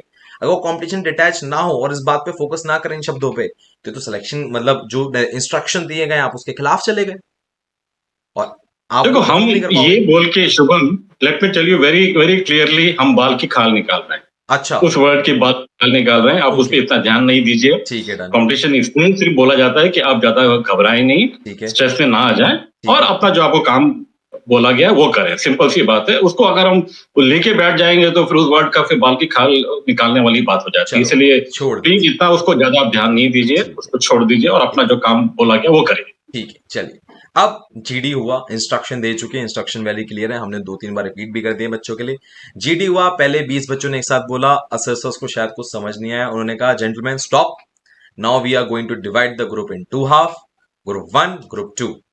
First group will hmm discuss, one will discuss, then group will 2 will discuss, then we'll merge both the group and a common hmm story will be decided. Hmm Clear? Now correct. even on dividing the group, करा तो divide इसलिए करते हम्म हैं भाई सबको मौका मिल ले, क्योंकि जीडी में बहुत ज्यादा होगा। मौका मिल गया। Now group 1 is also chaos, group 2 is also chaos. अब किसी को हम्म बोलने का मौका ही नहीं मिलता, तो अब किसकी गलती है ये? गलती अगेन कैंडिडेट्स की है। उनको अभी तो समझ जाना चाहिए कि भाई हम लोग इकट्ठा बोल रहे थे तो भी क्योस कर रहे थे, हाफ हाफ किया है, दो ग्रुप बनाए फिर भी हम वही क्योस कर रहे हैं। तो ऑब्वियसली तुम्ही गलती किसको, मतलब उन्हीं का तो प्रॉब्लम होगा। बात सही है, बट एक मछली पूरे तालाब को खराब करती है। कोई एक या दो हम्म बंदे ऐसे होते हैं जो ग्रुप में भैं भैं भैं भैं भैं भैं भैं भैं बोले, सुन नहीं हम्म रहे हैं, जिसकी वजह से बाकियों को हम्म बोलने का मौका नहीं मिल रहा है। ये बात तो हम्म आप भी समझते होंगे कि यार ऐसा हो रहा है, हम्म ये दोनों हैं, ये दोनों हरामी हैं, ये दोनों परेशान कर हम्म रहे हैं। ये तो आपको भी समझ हम्म में आता होगा। तो वो दो जो कर रहे हैं वो तो बिल्कुल रेड फ्लैग उनके लिए, दो दो रेड फ्लैग उनके सर पे खड़े हो गए, वो हाँ, निकल जाएंगे। हाँ, ठीक है, उसके बाद में जो कुछ बाकी लोग में से कुछ भी कुछ करता हुआ नजर आएगा, मतलब थोड़ा सा बोलने की कोशिश कर रहा है, कुछ उसने लॉजिकल पॉइंट बोले हैं टुवर्ड्स द कॉमन स्टोरी, तो उसके चांसेस बढ़ जाएंगे और उसको हम लोग ले लेंगे। उसका नरेशन भी अच्छा रहा होगा तो, और अच्छा, ओईआर भी। Okay, fair enough. मतलब आप ये कह रहे हैं यू आर नॉट कॉम्प्रोमाइजिंग कि जीडी कितना भी क्योस हो, you have to perform, you are saying this. Hmm hmm without it this is, ऐसा नहीं होता क्योस होगा हमने जीडी को साइड में फेंक दिया और नरेशन ले लिया खाली, ऐसा नहीं होता कभी। नहीं, जीडी में कुछ ना कुछ तो मतलब उसका पॉइंट लेंगे ही लेंगे, और उसका नरेशन अच्छा होना चाहिए, और ऑब्वियसली वो ओआर 1 2 3 वाला कैंडिडेट होना चाहिए, तो उसको हम डेफिनेटली ले लेंगे। ठीक है। सर एक बात मैं यहां से जानना चाहूंगा, मान लो किसी बच्चे का इस दिन स्क्रीनिंग ना हुआ हो, उसको उस दिन क्या सोचते हुए जाना चाहिए, या क्या अपने दिमाग में जाना चाहिए जिससे वो असेसमेंट कर दे? हम हमेशा सिर्फ एक असेसर से बचपन से लेकर आज तक एक सुनने हैं, self introspection is the only thing which you can do to get recommended in assessment. The hmm good assessor always tell this, वरना बाकी एबीसीडी हम्म कहानियां चलती रहती है। Hmm what should a screen out candidate should do? यहां पर क्या करना चाहिए उसे अगर वो हो जाता है यहां से तो? मैं कुछ नया चीज तो बोलूंगा नहीं शुभम, जो तुमने बोला वही नहीं सर, कहूंगा। अब देखो सर, अब इसमें क्या होता है, अब मुझे इसकी बाल की खाल निकालनी पड़ेगी। आप खुद सोच के देखिए, हाँ सेल्फ हाँ इंट्रोस्पेक्शन इज लाइक समथिंग, जाओ जाके डायरी लिख लो अपनी, और उसमें तुम अपनी बातें लिख दो, तुम्हें कुछ पता लग जाएगा। अरे अगर हमें कुछ पता लगना होता तो हम यहां आते क्यों, और इस वीडियो पे क्लिक करते क्यों? देखो, ये चीज, दो चीजें अगर इसमें ऐड कर सकते हैं, एक तो सेल्फ इंट्रोडक्शन तो करना ही पड़ेगा हाँ, आपको कि भाई क्या हुआ था, आपने कैसा किया था, हाँ, उसको कहीं ना कहीं आत्म मनन और चिंतन करना पड़ेगा। ठीक है, देन अगर, और चूंकि ये कंपटीशन फिर से उसको दोबारा जाना है, तो फिर एक अच्छे एसेसर्स या कोई भी मेंटोर या कोई भी अच्छी कोचिंग एकेडमी जहां पर वाकई जो अच्छे एसेसर्स हैं, उनसे फिर सलाह ले, उनके पास में जाए और अपनी सारी बातें बताए कि उसने कैसा किया था, क्या हुआ था, पूरा का पूरा एक्सप्लेन करे, एंड दैट असेसर या मेंटर जो भी होगा वो फिर उसको सही गाइडेंस दे पाएगा। ठीक है। तो मतलब एक एक्सपीरियंस अगर होगा असेसर का तो वो एक अच्छा फायदा ले पाएगा। अगेन मैं याद दिला रहा हूं यहाँ पर कि 5 डे एसएसबी प्रोसेस हमारा फोर्स डिफेंस एकेडमी इंदौर में है, तो अगर मौका लग रहा है, आपका हम्म एसएसबी है, कोई पैसे नहीं लग रहे हैं, प्लीज गो एंड विजिट। ठीक है। अब मैंने नंबर भी यहाँ फ्लैश कर दिया, आप डायरेक्टली उनसे बात भी कर सकते हैं to make sure to have a hmm seat. ठीक। अब मैं एक बात और बता दूं कि अगर ये फ्री है तो सीटें कम भी होंगी, इस आपको बात को ध्यान हम्म रखना है। इसमें कॉमन सेंस लगाना है आपको कि सीटें फ्री हैं तो सीटें कम भी होंगी। ठीक। नाउ हम्म अब मैं सर थोड़ा सा लेके चलता हूं, मान के चलते हैं इनका कल ही एसएसबी है, बाई चांस ट्रेन में बैठ के भैया ये वीडियो देख रहे हैं। अब हम्म अगर हमने ये बात बोल देंगे ना तो उन्हें लगेगा कि हम तो कर रहे हैं प्रमोशन, सीधी बात है, कोई भी मानेगा। ठीक है। अब हमने अपनी बात करी, जिनके पास टाइम था वो ले लेंगे, बट हम मान के चले बंदा है ट्रेन में देख रहा है वीडियो एसएसबी के दौरान मोटिवेशन की, अब उसको कुछ ऐसी सलाह दे दो सर उसका भला हो जाए, क्योंकि ऐसा है वो चाह रहा है माचिस है मेरे पास, मैं एक बार लगाऊं और आग लग जाए फटाफट, कुछ तो ऐसा बता दो सर वो बच जाए बेचारा। देखो कहीं ना कहीं उसको ये तो मालूम है कैसे परफॉर्म करना है। हाँ ठीक है, ट्रेन में बैठा है, उसको पहुंचना है कल। तो मैं एक चीज और बोलने की कोशिश करूंगा जो मैंने अभी तक शायद नहीं बोली, हाँ कि एसएसबी के अंदर में आप डेस्परेशन से ना जाएं, कि मतलब आपने डेस्परेट होके ना जाए। You should not look desperate कि मेरा सिलेक्शन तो होना ही है, मैं बिना सेलेक्ट हुए तो आ ही नहीं सकता, मतलब मैं कुछ भी करूंगा, लेकिन वो डेस्परेशन दिखाएगा अपने चेहरे पे, अपने एक्शन के अंदर में, तो कहीं ना कहीं वो गलतियां कर बैठेगा। Sir what is try to remain try to remain calm, I think आप ये कहना चाह रहे हैं, but what try is to remain difference cool calm between and compose. Desperation and motivation? Desperation और मोटिवेशन में अंतर क्या है? क्योंकि यार ये तो मोटिवेटेड गाय लग रहा है सर, मैं फौज ही ज्वाइन करूंगा, मेरी लाइफ का एम ही ये है। आप जैसे मनोज कुमार पाटिल फौज सर की हम ज्वाइन कहानियां करूंगा सुनते ये हैं, परमवीर मोटिवेशन है, चक्र ही जीतूंगा मैं। लेकिन डेस्परेशन के अंदर में क्या होता है, जब डेस्परेशन में कोई कैंडिडेट जाता है तो वो डेफिनेटली बहुत ज्यादा स्ट्रेस में रहता है, उसको प्रेशर फील कर रहा होता है अपने ऊपर। हाँ हाँ और कभी भी कोई ज्यादा प्रेशर फील करता है तो वो परफॉर्मेंस बिगाड़ देता है। True. That is what I am trying to say, कि डेस्परेशन में रहने से परफॉर्मेंस बिगड़ जाती है, तो आप थोड़ा सा कूल रहें, काम रहें, डेस्परेट ना बने, तो आपका परफॉर्मेंस जो है ठीक ठाक निकल के आएगा and you will be selected. That's what I am trying to say. Okay, आज जरा लेमन भाषा में कह रहे हैं सर, मैं थोड़ा इनकी भाषा में बात करना चाहूंगा अगर आपको सही लगे तो।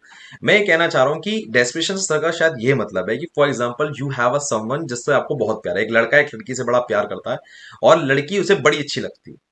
अब वो घबराहट में अगर पहुंचा लड़की के आगे तो शायद एक शब्द ना बोल पाए, बट वहीं अगर बंदा कॉन्फिडेंट है, शांत है, लड़की का रिस्पॉन्स यस में होगा, नो होगा, उसे घंटा फर्क नहीं पड़ता, he just want to express his feeling that how much I love her, तो काफी ज्यादा यस, चांसेस हैं कि लड़की उस कॉन्फिडेंट गाय के लिए हाँ कह दे, बजाय उस गाय के जो अंडर कॉन्फिडेंट है, क्योंकि किसी लड़की को अंडर कॉन्फिडेंट पसंद नहीं है, ना ही एसएसबी को पसंद है। सर चिल्ला चिल्ला के बोल चुके हैं I need a confident guy, I need a confident guy, simple. Am I right sir? बिल्कुल, क्या बात, बिल्कुल, आई वुड से ठीक है। सही बोला तुमने। ओके, सो ये दिल की बात थी, तो प्लीज समझो भाई, ये गलतियां नहीं करनी, हम कर चुके हैं, मैंने बताया ना 3-3 4-4 बार स्क्रीन आउट है, तो ये हरकतें प्लीज मत करो। सर ने भी स्क्रीन आउट हुए हैं सर, आपका अच्छा आपका तो स्क्रीन आउट था ही नहीं, you have the conference out. हाँ, 2 कॉन्फ्रेंस आउट, यस। या दो दो उस टाइप पे कॉन्फ्रेंस। होता ही नहीं था, ओके ओके, वी विल होता ही टॉक नहीं। About it. Okay, so let's move from screening to the you know 5 day process. Now screening हमारा खत्म हो जाता है, one of the most wonderful feeling for us, ठीक है। अच्छा sir, after the entire screening तो आप लोगों के लिए काफी टायर्ड हो जाता होगा एसएसबी में, काफी टाइम हो जाता है भाई, हम सुबह से 6 बजे आते हैं, we will meet you guys around 2 PM, and after that ये 4-5-6 तो बज ही जाते हैं। नहीं, ऐसा नहीं है। अच्छा देखो Shubham, we also manage our time in a manner कि हम भी इतना मतलब थक ना जाए कि अपना आगे काम ना कर पाए। अच्छा जीटीओ को सवेरे आना पड़ता है क्योंकि उसको सवेरे काम करना होता है। अच्छा एज ए आईओ हम लोग 9 बजे आते हैं। अच्छा। एज ए साइकोलॉजिस्ट वो भी 9 बजे आता है। तो ओके 9 to 5 का हमारा वैसे टाइम है। ओके 9 to 5 हमारे को करना होता है। जीटीओ अपना सवेरे करके वो 1 बजे तक 2 बजे तक वो करके अपना चला जाएगा। ठीक है। ठीक है, साइकोलॉजिस्ट अपना 9 से 5 तक काम करेगा। हमको काम करना पड़ता है दोपहर में, इंटरव्यूइंग ऑफिसर। तो दोपहर में उसको 4, 5, 6, 7, 8, 9 जितना डिपेंड करता है, जितने भी कैंडिडेट हैं उसके हिसाब से वो बांट लेगा। उसको फॉर एग्जांपल 15 कैंडिडेट करने हैं या 20 करने हैं या 21 करने हैं इन 3 days, तो वो 7 कैंडिडेट का मतलब ले लेगा। अगर 21 करने हैं, 15 करने हैं, तो 5 दिन में कर लेगा वो। तो 5 घंटे दोपहर से निकाल के 7 बज गए शाम के, इट्स ओके, बिकॉज वो थोड़ा सा लेट भी आ सकता है और अपना काम कर सकता है, तो हम लोग मैनेज कर लेते हैं। ठीक है, fair enough fair enough, let's move forward. And in this process हम डे 2 में आ रहे हैं। डे 2 में आने के बाद मैं जानना चाह रहा हूं कि if students go for the psych test, is the psych test same as we say in the PPNDT? One difference is blur picture, but is the process of writing entire picture is same? Is there any difference? Which one is tougher? PPDT is tougher or TAT is tougher? Okay, if someone leave a picture, what will happen? These are common thing which any student get in his head, क्योंकि शायद उसका selection इस वजह से रुक गया। ये जो चारों टेस्ट हैं, इसको हम एक उसमें देखते हैं कि उसकी पर्सनालिटी टैट में कैसे बन रही थी, वैट में कैसे बन रही है, एसआरटी में कैसे बन रही है, हाँ एंड एसजीटी में। ठीक है। तो इनमें कहीं ना कहीं कॉन्ट्राडिक्शन नजर नहीं आना चाहिए। मतलब अगर वो कोई एक प्री कंसीव्ड स्टोरी रट के आ गया है 10 की हाँ 10, 12 की 12, हाँ और वही वही अच्छी अच्छी स्टोरी लिख रहा है, हाँ लेकिन जब एसआरटी पे क्वेश्चन आ रहे हैं हाँ तो एसआरटी के अंदर उसकी जो साइकोलॉजी यहाँ पर डिफरेंट नजर आ रही है, वही चीज वहां पर डिफरेंट उसकी वैट में नजर आ रही है। तो इससे क्लियर हो जाता है कि कैंडिडेट ने सिर्फ रट के काम किया है, उसकी ओरिजिनलिटी नहीं दिख रही है। He she is not spontaneous, okay original thought process नहीं है उसका, ठीक है। और ये ओरिजिनल थॉट प्रोसेस नहीं होने से वो उसका प्रॉब्लम हो जाएगा। सर ये जो बता रहे हैं असेसर लेवल पे हो गया, but we not able to see the cream of it कि चल क्या रहा है अंदर उसके अंदर। मुझे आप मैं जा रहा हूँ, मैं स्टूडेंट जा रहा हूँ, एस्पिरेंट जा रहा हूँ, मैं जाके 12 पिक्चर लिख रहा हूँ। तो मुझे यही बात समझ में आ रही है कि जो मुझे दिख रहा है, असेसर ने वहां पर बोला है कि जो आपके दिमाग में पहली थॉट आ रही है, फर्स्ट आ रहा है आपके दिमाग में, आपके इमोशंस, आपके आइडियाज, आपके एक्शन, वो आप कागज पे उतार दो। कुछ ना राइट है ना ही कुछ रॉन्ग है, सिर्फ आपको अपनी ये 3 चीजें लिखनी, खाता। बिल्कुल। जब कुछ है ही नहीं राइट और कुछ रॉन्ग नहीं है, तो सिंपल सा सवाल है हम्म, कि मेरे को पास होना चाहिए। और मैंने सुना था सर, सुना है, I am not sure, TAT ना सबसे पहले क्रिमिनल्स के लिए बनाई गई थी और वहां से यहां तक पहुंची ये है। क्लिनिकल साइकोलॉजिस्ट यूज करते थे टैट, अच्छा। बेसिकली उसका ट्रीटमेंट करने के लिए। ओके। कुछ इस तरह के मतलब दिमागी तौर पे जो थोड़े से कमजोर होते थे या प्रॉब्लम वाले लोग होते थे, हाँ। तो उनकी मतलब समझने के लिए, दिमाग को समझने के लिए ये टेस्ट बनाए गए थे, अच्छा। और वहां से मॉडिफाई करके इसको यहाँ पे यूज कर रहे हैं। ठीक है। बेसिकली हम वहां पे भी क्या समझने की कोशिश कर रहे थे कि इसकी साइकोलॉजी कैसी है, इसके सोचने का तरीका क्या है। जब भी इस तरह की चीजें होंगी तो वो इस तरह से सोचेगा। यहाँ पे भी हम वही देखने की कोशिश कर रहे हैं कि इसकी साइकोलॉजी क्या है, किस तरह का बंदा है या बंदी है, और वो हम उसको 50 रोल की उसके अंदर में मापने की कोशिश करते हैं। ठीक है, मैं समझ रहा हूं, बट अभी दोबारा वापस आते हैं। जब मैं टेट लिखा 3 बेसिस पे, एक्शन, आइडिया एंड जो इमोशंस हमारे आ रहे हैं, जो मैंने 3 लिख दिए, असेसर ने बोला है कुछ राइट नहीं है कुछ रॉन्ग नहीं है, तो all are pass, as simple as such. थोड़ा कुछ क्लियर। राइट नहीं है, कुछ रॉन्ग नहीं है, ये भी मैं जो कह रहा हूं ना, इसलिए कहा जा रहा है कि आप घबराए ना, अगेन परेशान ना हो, स्ट्रेस में ना आए, एंजाइटी ना करें, और जो आपको दिमाग में आता है लिखें। वो हमको जब वो प्रॉपरली लिखेगा तो हमको उसकी साइकोलॉजी समझ में आ जाएगी। अच्छा। अब उसके अंदर भी कुछ अच्छा, राइट रॉन्ग ना होके भी, लेकिन एक कुछ अच्छा होगा, कुछ कम अच्छा होगा। ये चीज तो ओके। होगी स्टोरी के अंदर में। अच्छा। कोई स्टोरी ज्यादा अच्छी होगी, कुछ कम अच्छी होगी। तो ओके। ज्यादा अच्छी वाली स्टोरी को जिसने लिखी है वो चुना जाएगा, जिसने नहीं लिखी है वो नहीं चुना जाएगा। As simple as that. As competition remains. Okay, I have heard something few things. अब मुझे एक सिंपल सी बात है सर, मैंने खुद कोचिंग की है, मैं ऑनेस्टली बताऊं, एंड मेरी एक हैबिट बन गई थी, मैं टैट के लिए कॉपियां भर रहा था। सिंपल रूल है, किसी ने बताया, practice make the person perfect. ठीक है। मैंने ये बात अपने जहन में उतार ली। ऊपर से हम सीडीएस यूपीएससी निकाले हुए बंदे, तो हमें तो यही बात ही समझ आता है, कॉपी भरनी है, कॉपी कॉपी भर लो, अपना आप सिलेक्शन हो जाएगा, कहानी। मैं देख रहा हूँ मेरे साथ वाला आया है, वो मुझे बता रहा है मैंने टेट की प्रैक्टिस की ही नहीं। अब हुआ क्या ऐसे कि जब वो मेरे बगल में बैठा था ना, साला झूठ बोल रहा होगा ये, करी तो हरामी ने होगी, बता नहीं रहा है मुझे जानबूझ के। ऐसे होते हैं कुछ लोग, नहीं बताते। पर जब उसका सिलेक्शन ही हो गया, तो मैंने रेलवे स्टेशन पे देखा वो मेडिकल के लिए जा रहे हैं जनाब, मैं घर जा रहा हूँ वापस, तो मेरा कॉल उठा। मैं फिर भी sir, with the due respect, as a gentleman to gentleman, मिठाई लेके गया मैं उसके पास। मैंने कहा यार कॉन्ग्रेचुलेशन यार, क्या बात है यार, तू तो हीरा निकला यार। पता था मेरे को, शुभम, मैं तो कुछ। यही चीज मैं कहने की कोशिश कर रहा हूँ।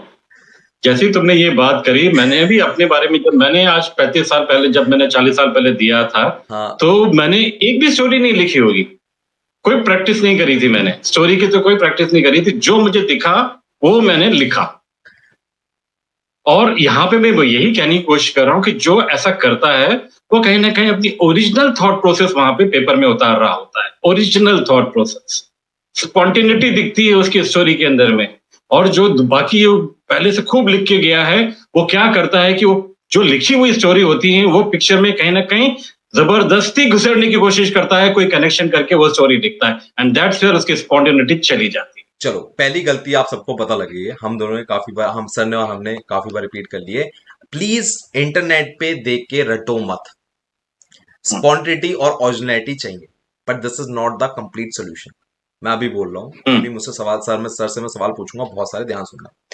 सर सवाल ये है, आप ओरिजिनलिटी ओरिजिनलिटी कह रहे हैं, मेरे मन में एक सिंपल सवाल आता है कि अगर ओरिजिनलिटी आपको चाहिए तो हर बंदा ओरिजिनल हम्म, है, आज इस वीडियो के बाद हर बंदा ओरिजिनल लिखेगा, तो कंडीशन ये हर बंदा हम्म, सेलेक्ट भी होना चाहिए।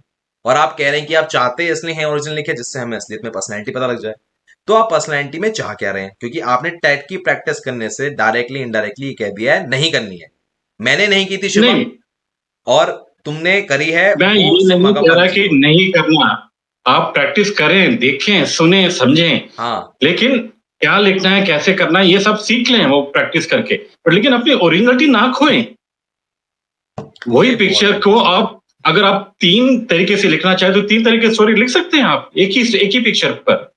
दिस इज क्यों नहीं लिख कंफ्यूजिंग, सकते? This is confusing. कोशिश करें आप। कंफ्यूजिंग ये बात नहीं है। ये आप सीखो जरूर, टैट वैट लिखना कैसे करा जाता है, लेकिन अपना ओरिजिनल थॉट प्रोसेस लेके आइए जो अलग ही दिखे, उससे आपको हेल्प मिलेगी। नहीं तो फिर क्या होगा कि वो एक ही स्टोरी, मतलब सब लोगों ने रट ली है, सारी की सारी वही डाल देंगे, उसमें से कौन ओरिजिनल है कौन नहीं है, आप कैसे देख पाएंगे? चलिए थोड़ा और ऐसे डीप में असर आप जाते हैं। कैसे देख पाएंगे? ठीक है, चलिए। आप कह रहे हैं टैट कैसे लिखना है वो समझ लें, बाकी इतनी रगड़ा वाली प्रैक्टिस नहीं करनी है, अदरवाइज आप फंस जाओगे। हाँ, सिंपल यस, बात। नाउ यू गॉट सब, द पॉइंट। हाँ सबको इतनी क्लियर। करने की जरूरत नहीं है। मैं हमेशा कहूंगा टैट वैट एसआरटी के अंदर में इतनी करने की जरूरत नहीं। आप समझ ले कि ये कैसा होता है, कितने सेकंड में करना होता है, कितने मिनट में करना होता है।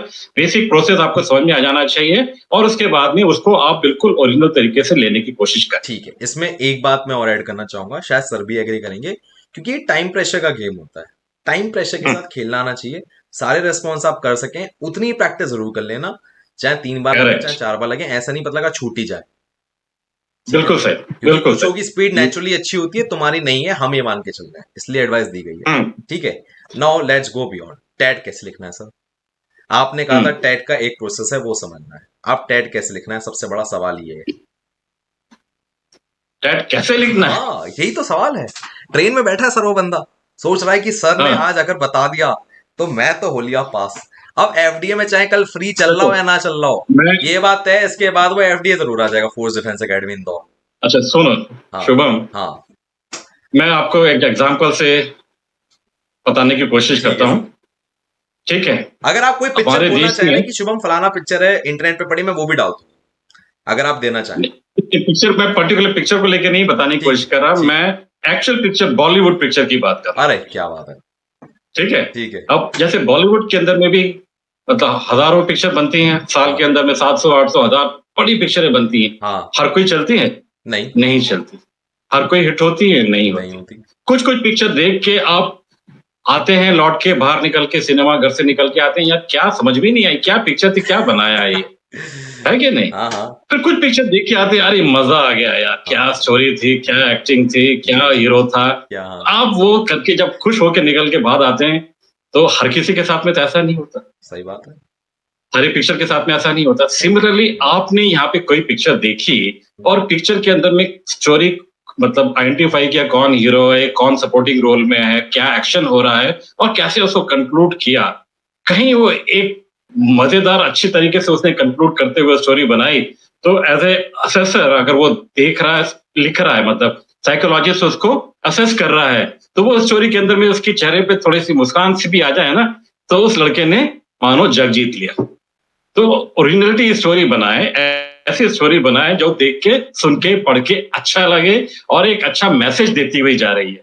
मैं इसलिए कह रहा हूँ कि हर एक पिक्चर अच्छी नहीं होती, हर एक स्टोरी अच्छी नहीं होती। सिमिलरली आप भी जो स्टोरी बनाए जिसके अंदर में कहीं ना कहीं ये चीजें हों, तो आपका बेड़ा पार हो सर देखिए, सेल्फी का अभी तक आविष्कार हो गया, पर असेसर की सेल्फी का अभी तक आविष्कार नहीं हुआ, ये प्रैक्टिकली नहीं है पॉसिबल। ठीक है, now let's go beyond this. ठीक है, हम जाए। साइकोलॉजिकल टेस्ट में टेट वेस आर्टरी एसेसर को पढ़ने में मजा आता है, हम भी यही चाहते हैं। उससे मजा क्या, हम चाहते हैं मिठाई भी खाए वो हमारे हाथ से, कि सर आपकी वजह से हम्म, सिलेक्शन हो गया। बट अभी भी खेल रह गया सर। टैट क्या है मैं नहीं समझ पा रहा हूँ। वो एक एक पैरा, सिर्फ एक पैरा 100 वर्ड, ये डिसाइड कर रहे हैं इस बंदी की साइकोलॉजी है क्या। चलिए वो छोड़िए कैसे लिखना है, आप मुझे इतना बता दीजिए कि जो साइकोलॉजिस्ट होता है वो उन एक पैरा में 100 वर्ड में क्या देख क्या लेता है वो। आपने ऐसे सिंपल वे में 3 चीजें बताई, सबको क्लियर हो गई होगी स्क्रीनिंग हम्म, में भैया क्या चीजें हम्म, होती है। हम्म, आज के बाद नहीं हम्म, बोलेंगे वो। ठीक है, मुझे मैं अब एक साइक का बता दो आप। मैं एक चीज और बोलूं, हाँ, जैसे जो टैट 12 क्यों है, कभी किसी ने ये क्वेश्चन किया है? 12 नहीं सर, 15, 12 क्यों? 15। नहीं नहीं, अच्छा टैट के अच्छा अंदर टैट 12 12 क्यों? क्यों, सॉरी सॉरी, मैं ओवल क्यों पहुंच गया, हाँ। टैट 12 क्यों, नहीं सही, 12, कितना? टैट 12 क्यों है? नहीं ये पता। 5 भी हो सकती थी, भगवान 10 भी जाने। हो सकती थी, 8 भी हो सकती थी, क्यों 12? नहीं सर। इसका भी एक रीजन है। अच्छा। रीजन ये है कि हम्म। आप, जैसे आपने अभी कुछ देर बोला कि मैंने बहुत टैट की प्रैक्टिस करी थी, पन्ने भर दिया करता था, खूब हाँ प्रैक्टिस करता था, हाँ कहीं ना कहीं आपने बहुत प्रैक्टिस करी। हाँ हाँ। तो क्या होता है कि ठीक है, पहले स्टोरी आप पिक्चर देखा आपने, हम्म कहीं ना कहीं वो जो आपने बहुत प्रैक्टिस कर रही थी वो स्टोरी दिमाग में आ गई और उसने आपने लिंक कर दी, हम्म। पहली वाली लिख दी। तो हाँ पहली वाली निकली क्या कि ओरिजिनल तो नहीं निकली, लेकिन आपने कहीं से लिंक करके बना दी। हाँ। साइकोलॉजिस्ट ने इसको देख लिया, पढ़ लिया, बोला हाँ ये कहीं ना कहीं प्री कंसेप्ट है। एक, ठीक। दो, तीन, तो तीन, चार, पांच होते होते आपकी जो प्री कंसीव्ड स्टोरी का जो है, वो होता है ना खजाना, वो खजाना धीरे धीरे उसका खत्म हो रहा होता है वो। अच्छा। और उसके बाद में, पांच के बाद में, या मैं एग्जैक्टली नहीं कह रहा कि पांच के बाद में ही होगा, लेकिन पांच छह के आसपास में खजाना खत्म हो जाता है और फिर उसके बाद में आपकी जो नई स्टोरी बन रही होती है, 6, 7, 8, 9 टिल 12 तक, वो कहीं ना कहीं आपकी एक्चुअल थिंकिंग दिखाने लग जाती अच्छा। है। आपकी एक्चुअल थिंकिंग तब दिखना शुरू होती है। तो वो पहले समझ जाता है कि ये इसकी रटी हुई स्टोरीज हैं और ये इसकी ओरिजिनल है। तो ओरिजिनल के अंदर में वो कितना पॉजिटिव है, कितना नहीं है, उसकी साइकोलॉजी कैसी है और वो है कैसा है, वो पता लग जाता है। तो इसलिए 12 रखी गई है, नहीं तो 12 नहीं की जरूरत ही नहीं थी। अच्छा, अब मैं आपको बाकियों को बताता हूँ। सर ने जो बात की थोड़ा डिटेल में बताता हूँ। करीबन ये 2.5 घंटे का साइकोलॉजिकल टेस्ट होता है। और इस ढाई हम्म घंटे के साइकोलॉजिकल टेस्ट के बाद आप पूरे दिन कुछ करने लायक नहीं बचते, आपका दिमाग इतना एग्जॉस्ट हो जाता है। ये पेपर बना है ही ऐसा बंदा है, मतलब बंदे के लिए है कि वो अपने अकॉर्डिंग मॉडिफाई ना कर सके उसे, हम्म पर पेपर जरूर उसको सच बोलने पर मजबूर कर दे कि अब तो तू बोलेगा। कैसे नहीं बोलेगा हम्म तेरी, मतलब क्योंकि 5-6 के बाद इंसान सोचना जो रटा हुआ होता है ना, वो वापस नहीं ला सकता, वो खत्म हो चुका होता है उसका हम्म रटा। दिमाग ही हम्म एबीसीडी बोल चुका होता है, होलिया मेरा सिस्टम खराब, तू ड्यूरासेल भी होगा हम्म तो भी मैं निपट लिया। ये वो बोल हम्म चुका होता है। ठीक है, मैं आपकी बात से एग्री कर गया। ये वन पॉइंट है, preconceive big no no, रट के मत जाओ ओरिजिनल पर्सनैलिटी। या तो सर आप हम्म मुझे बता दो वो पर्सनैलिटी बनानी कैसे है, नंबर वन। ठीक है, या टैट में जो हम्म। लिखना है वो लिखा हुआ दे दो आप, तो ही काम बन सकता है।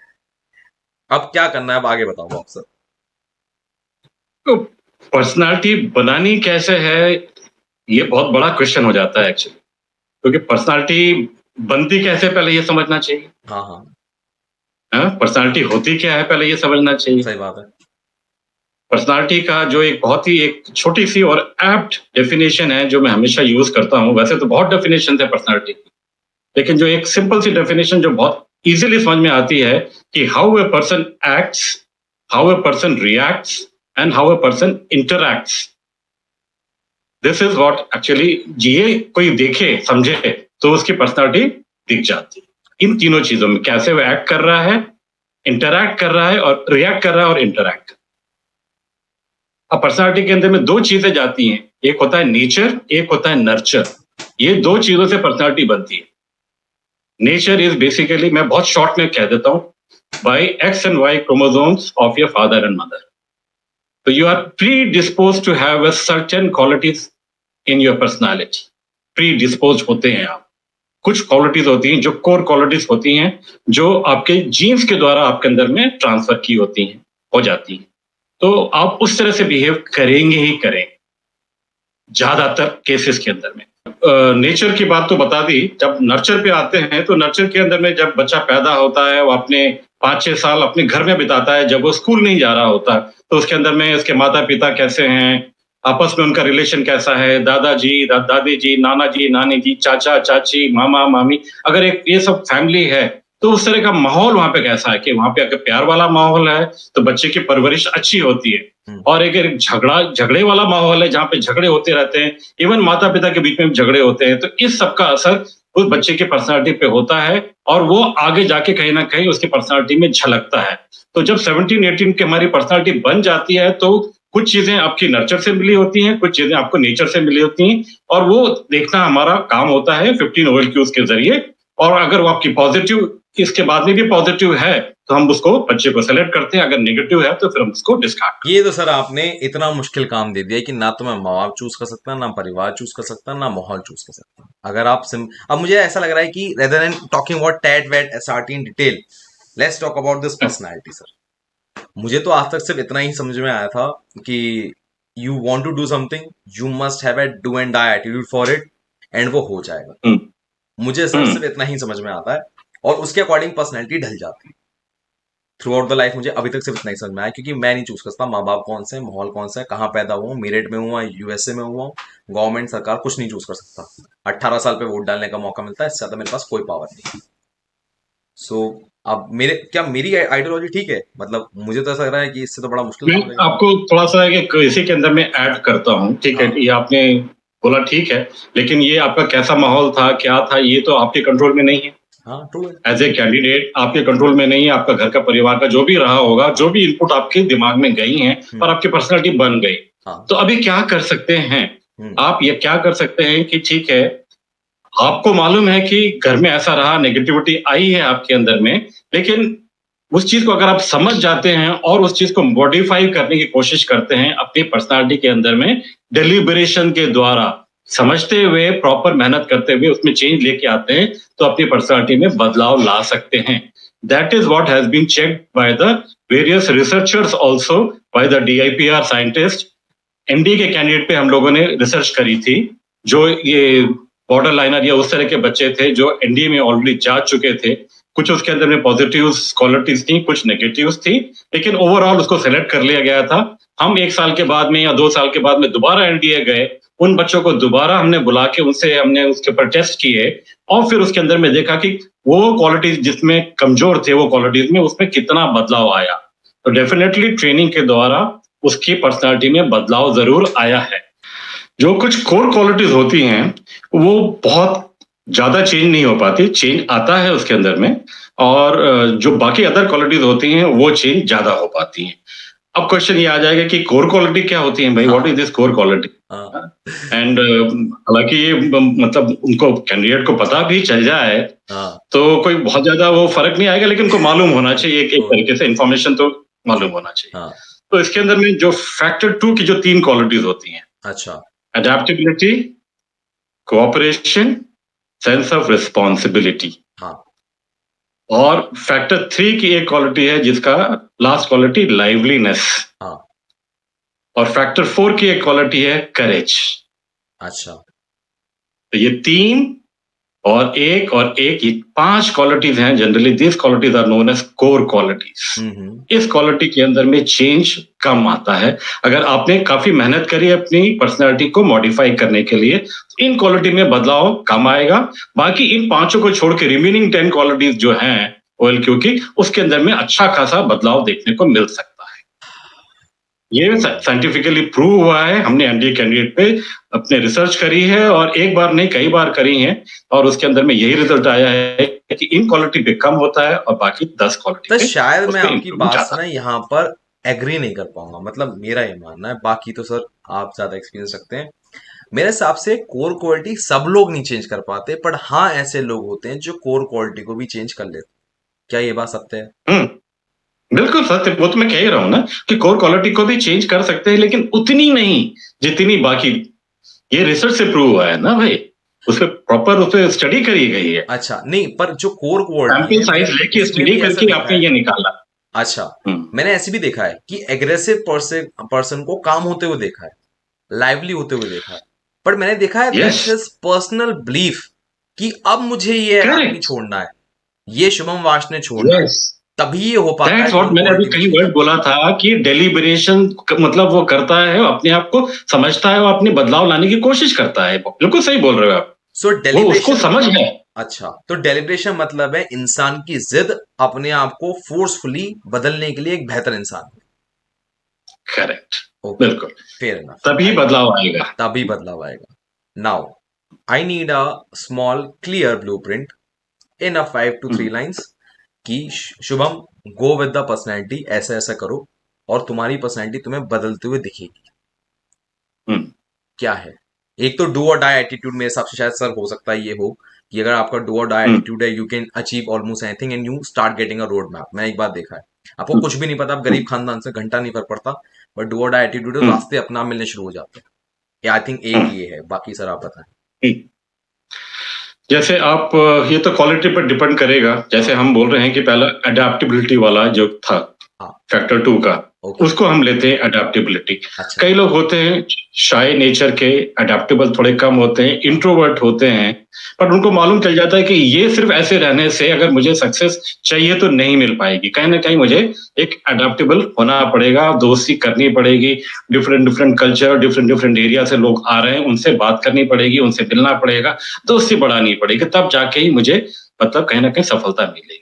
तो वो अगर वो समझ के ऐसा करना शुरू कर देता है। अभी रिसेंटली मैंने ऐसे एक बच्चे का इंटरव्यू लिया था, he was similar kind of a person, but the moment he understood कि नहीं ऐसे मुझे सक्सेस नहीं मिलने वाली, तो ही एग्रीड कि सर मैं एक्चुअली तो हूं, मैं एक introvert kind of a person, but लेकिन जहां मुझे काम पड़ता है मैं बिल्कुल काम करने के लिए दो लोगों के पास जाता हूं, उनकी मदद मांगता हूं, उनके साथ में बैठता हूं, सब कुछ करता हूं। तो उसने अपने में बदलाव लेके आया है एज फार एज जहां पे उनको सक्सेस चाहिए, बट वो स्टिल रिमेन्स टू बी है दैट शाय एंड इंट्रोवर्ट, अभी भी नेचर उसका वही है, लेकिन वो चेंज कर लेता है जब जरूरत पड़ती है। तो यही आपको करना पड़ेगा पहली चीज के लिए। बट ये तो सर अब ना मुझे ना मतलब ऐसा लग रहा है मैं कुएं में घुस गया हूँ, अब मुझे कुआं ना लंबा दिख रहा है। अब आपको नहीं बताओ, सर को जाना है फ्लाइट लेके, मेरा समय की बड़ी दिक्कत है। चलिए सर, मैं उस समय हम्म, का तो बाद में कभी देखूंगा, बट अभी मैं सवाल का जवाब जरूर निकाल के आऊंगा। मेरा सिंपल सवाल ये है कि अब पहले तो भैया वो वीकनेस पता कैसे लगाओ, क्योंकि अगर किसी आम आदमी से पूछ लो तो उसको इंटरव्यू की कॉर्पोरेट की एक लाइन बताई जाती है, sir I do not have a weakness, I make sure that I am perfect and therefore I work like this. वो ऐसी लाइनें बोलता है कॉर्पोरेट वाली, आप समझ रहे हो मेरी बात। हो सकता है कॉर्पोरेट में काम कर जाए, पर मेरा तो मानना ये है कि वीकनेस आप मरते यहाँ दम नहीं तक। काम करती ये लाइन, यहाँ की इंटरव्यू बिल्कुल नहीं करती है काम। इंटरव्यू ऑफिसर इमीडिएटली बोलता है what about this, what about this, and then you have to, yes sir I think ये भी मेरी वीकनेस है, यस सर ये भी मेरी वीकनेस है। सो तो ऑटोमेटिकली एग्री करना पड़ जाता है, बिकॉज हाँ यहाँ नहीं चल पाता। जी। और मेरा दूसरा मानना ये है, a person who do not read always believe he is a perfect man, उसको सब पता है। And the person who read a lot वो कहता है मुझे कुछ नहीं पता है। दुनिया में शायद सर इतनी सी बुद्धि है मेरी, कोई तारीफ भी उसकी कर दे तो वो इतना ही बोलता है वो, कि मुझे इतना ही आता है। ठीक है। अगर आपने नोटिस किया हो तो स्टार्टिंग ऑफ द लाइन में ना सर ने ऐसे अपने कैरियर को भी हल्का हल्का बताया, हाँ मैं ठीक ठाक था, मेरा करियर ठीक ठाक चल रहा था, नहीं नहीं बेहतरीन चल रहा था, बोल ठीक ठाक रहते वो बस। ठीक है। तो यहाँ पर वापस आना चाहूंगा। तो अब ये बात आती है कि आप अपने आप को आइडेंटिफाई कैसे करें। शक्ल देख के सूरत बदली जा सकती है, पर्सनैलिटी की क्या मिरर है? मिरर बताइए सर, मिरर क्या है? I need the mirror, complete answer पहचानने के लिए अपने आप को।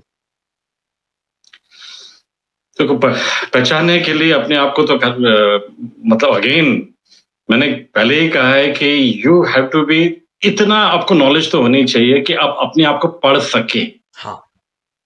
अपने आप को पढ़ने समझने की शक्ति आप में जरूर होनी चाहिए, उतनी समझ होनी चाहिए, शक्ति से ज्यादा समझ। समझ होनी उतनी चाहिए। समझ अगर आप में है हाँ। तो फिर डेफिनेटली आपने एक सक्सेस की तरफ एक कदम आगे ले ही लिया है। When you understood what you are, आपको मालूम है कि भाई मैं ऐसा हूं, तो ओके। डेफिनेटली ये मालूम होना ही एक सक्सेस की तरफ एक कदम है। और अगर ये मालूम ही नहीं है तो ऑब्वियसली फिर आप एक फूल्स पैराडाइज में रह रहे हैं, या मैं कहूं कि आप अपने आप से झूठ बोल रहे हैं। You are not telling truth to yourself, अपने आप से भी झूठ बोल रहे हैं आप, क्योंकि सर आपको अपने बारे में मालूम होता है कि आप कैसे हो, क्या हो, आपकी सोच क्या है। तो ये कोई कहे कि मुझे नहीं मालूम मैं क्या हूं करके, ओके, इज अ मेरी फ्रेंड्स मेरी family are the mirror of ours, क्या हम कह सकते हैं माँ बाप यस के? बिल्कुल, फ्रेंड फैमिली भी मिरर होंगे, क्योंकि आप बोलते हैं ना कि बर्ड्स ऑफ क्या feathers flock together. Why this, ये इसीलिए कहा जाता है कि जैसी आपकी सोच है वैसे ही अपने दोस्त बनाएंगे, वैसे ही आप अपनी उस तरह की हरकतें करेंगे। तो आपके इसीलिए तो पूछा जाता है कि हु आर योर फ्रेंड्स हाँ in your school days, in your college days, उनके साथ में आप क्या क्या करते थे, who are your local friends and what are the activities you do in the company. तो कहीं ना कहीं आपका मिरर तो है ही, जो आपने बिल्कुल सही पकड़ा। ये ओके। सारे क्वेश्चंस ऑलरेडी इंटरव्यू के अंदर में पूछे जाते हैं, हाँ आपको ओके। पता। नाउ प्रॉब्लम मेरे साथ ये है भाई, टाइम की कमी है मेरे पास, सर के पास भी टाइम नहीं है, सर को फ्लाइट कैच करनी है। तो मैं बहुत ज्यादा डीप में इंटरव्यू जीटीओ में नहीं जा रहा हूँ। तुम्हारी रिक्वेस्ट हुई कमेंट सेक्शन में डाल देना, तुम्हें अगर सर दोबारा चाहिए।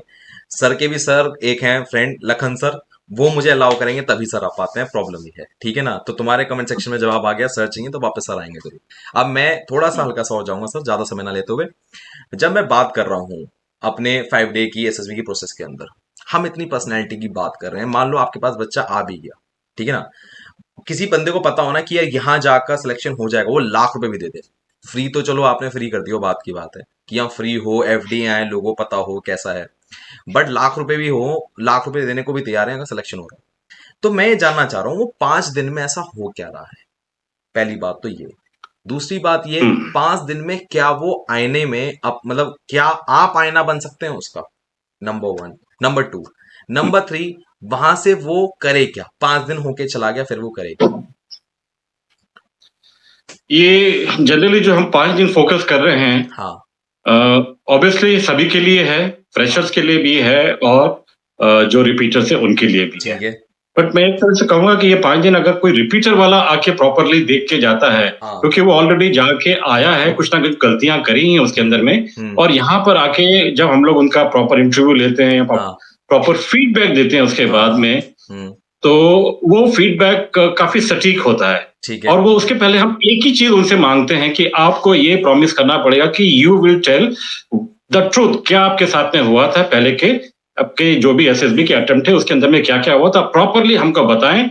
अगर आप डॉक्टर के पास में जाके अपनी प्रॉपर अपनी बताएंगे कि आपको क्या प्रॉब्लम है, यहाँ दर्द है, यहाँ पे है, इसलिए कब होता है, पैर मोड़ने से होता है या सीधे करने से होता है, तो डॉक्टर उसका प्रॉपर इलाज करता है, सही दवा देता है। वही काम हम करते हैं यहाँ पे कि वो जब पूरा क्लियरली बताता है कि सर मेरे साथ में ये हुआ था, ये क्वेश्चन को मैंने इस तरह से अटेम्प्ट किया था, इस तरह से आंसर किया था, व्हाटएवर, तो हम उसका फिर वो निकाल लेते हैं कि इसने गलती कहाँ कहाँ पे करी है, एंड वो हम फीडबैक में देते हैं जो बहुत ही सटीक होता है। और अगर वो गलती दोबारा ना करे तो वो डेफिनेटली उसके सिलेक्शन के रेट बढ़ जाते हैं, चांसेस बढ़ जाते हैं। ओके, मैं और ये आपको 5 दिन में हम यही करने की कोशिश करते हैं।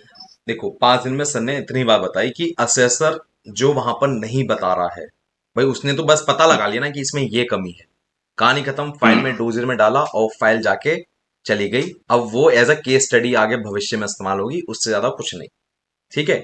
यहां पर जो आपकी केस स्टडी की फाइल है, सर उसे दोबारा खोल रहे हैं, पढ़ रहे हैं, समझा रहे हैं, तू ये बदल जाएगा, तेरा हो जाएगा, नहीं बदलेगा 100 बार भी दे ले, तेरा नहीं हो। M I right sir? बिल्कुल, बिल्कुल ठीक बोल रहे हो, ठीक है। Very correct. तुम्हें लगता है तुम इंदौर जा सकते हो देश के कोने से, समय निकाल के, तुम्हें सर लग रहे हैं कि हाँ यार मैं इनसे बात करके अपनी बात कर सकता हूं, मस्ट गो।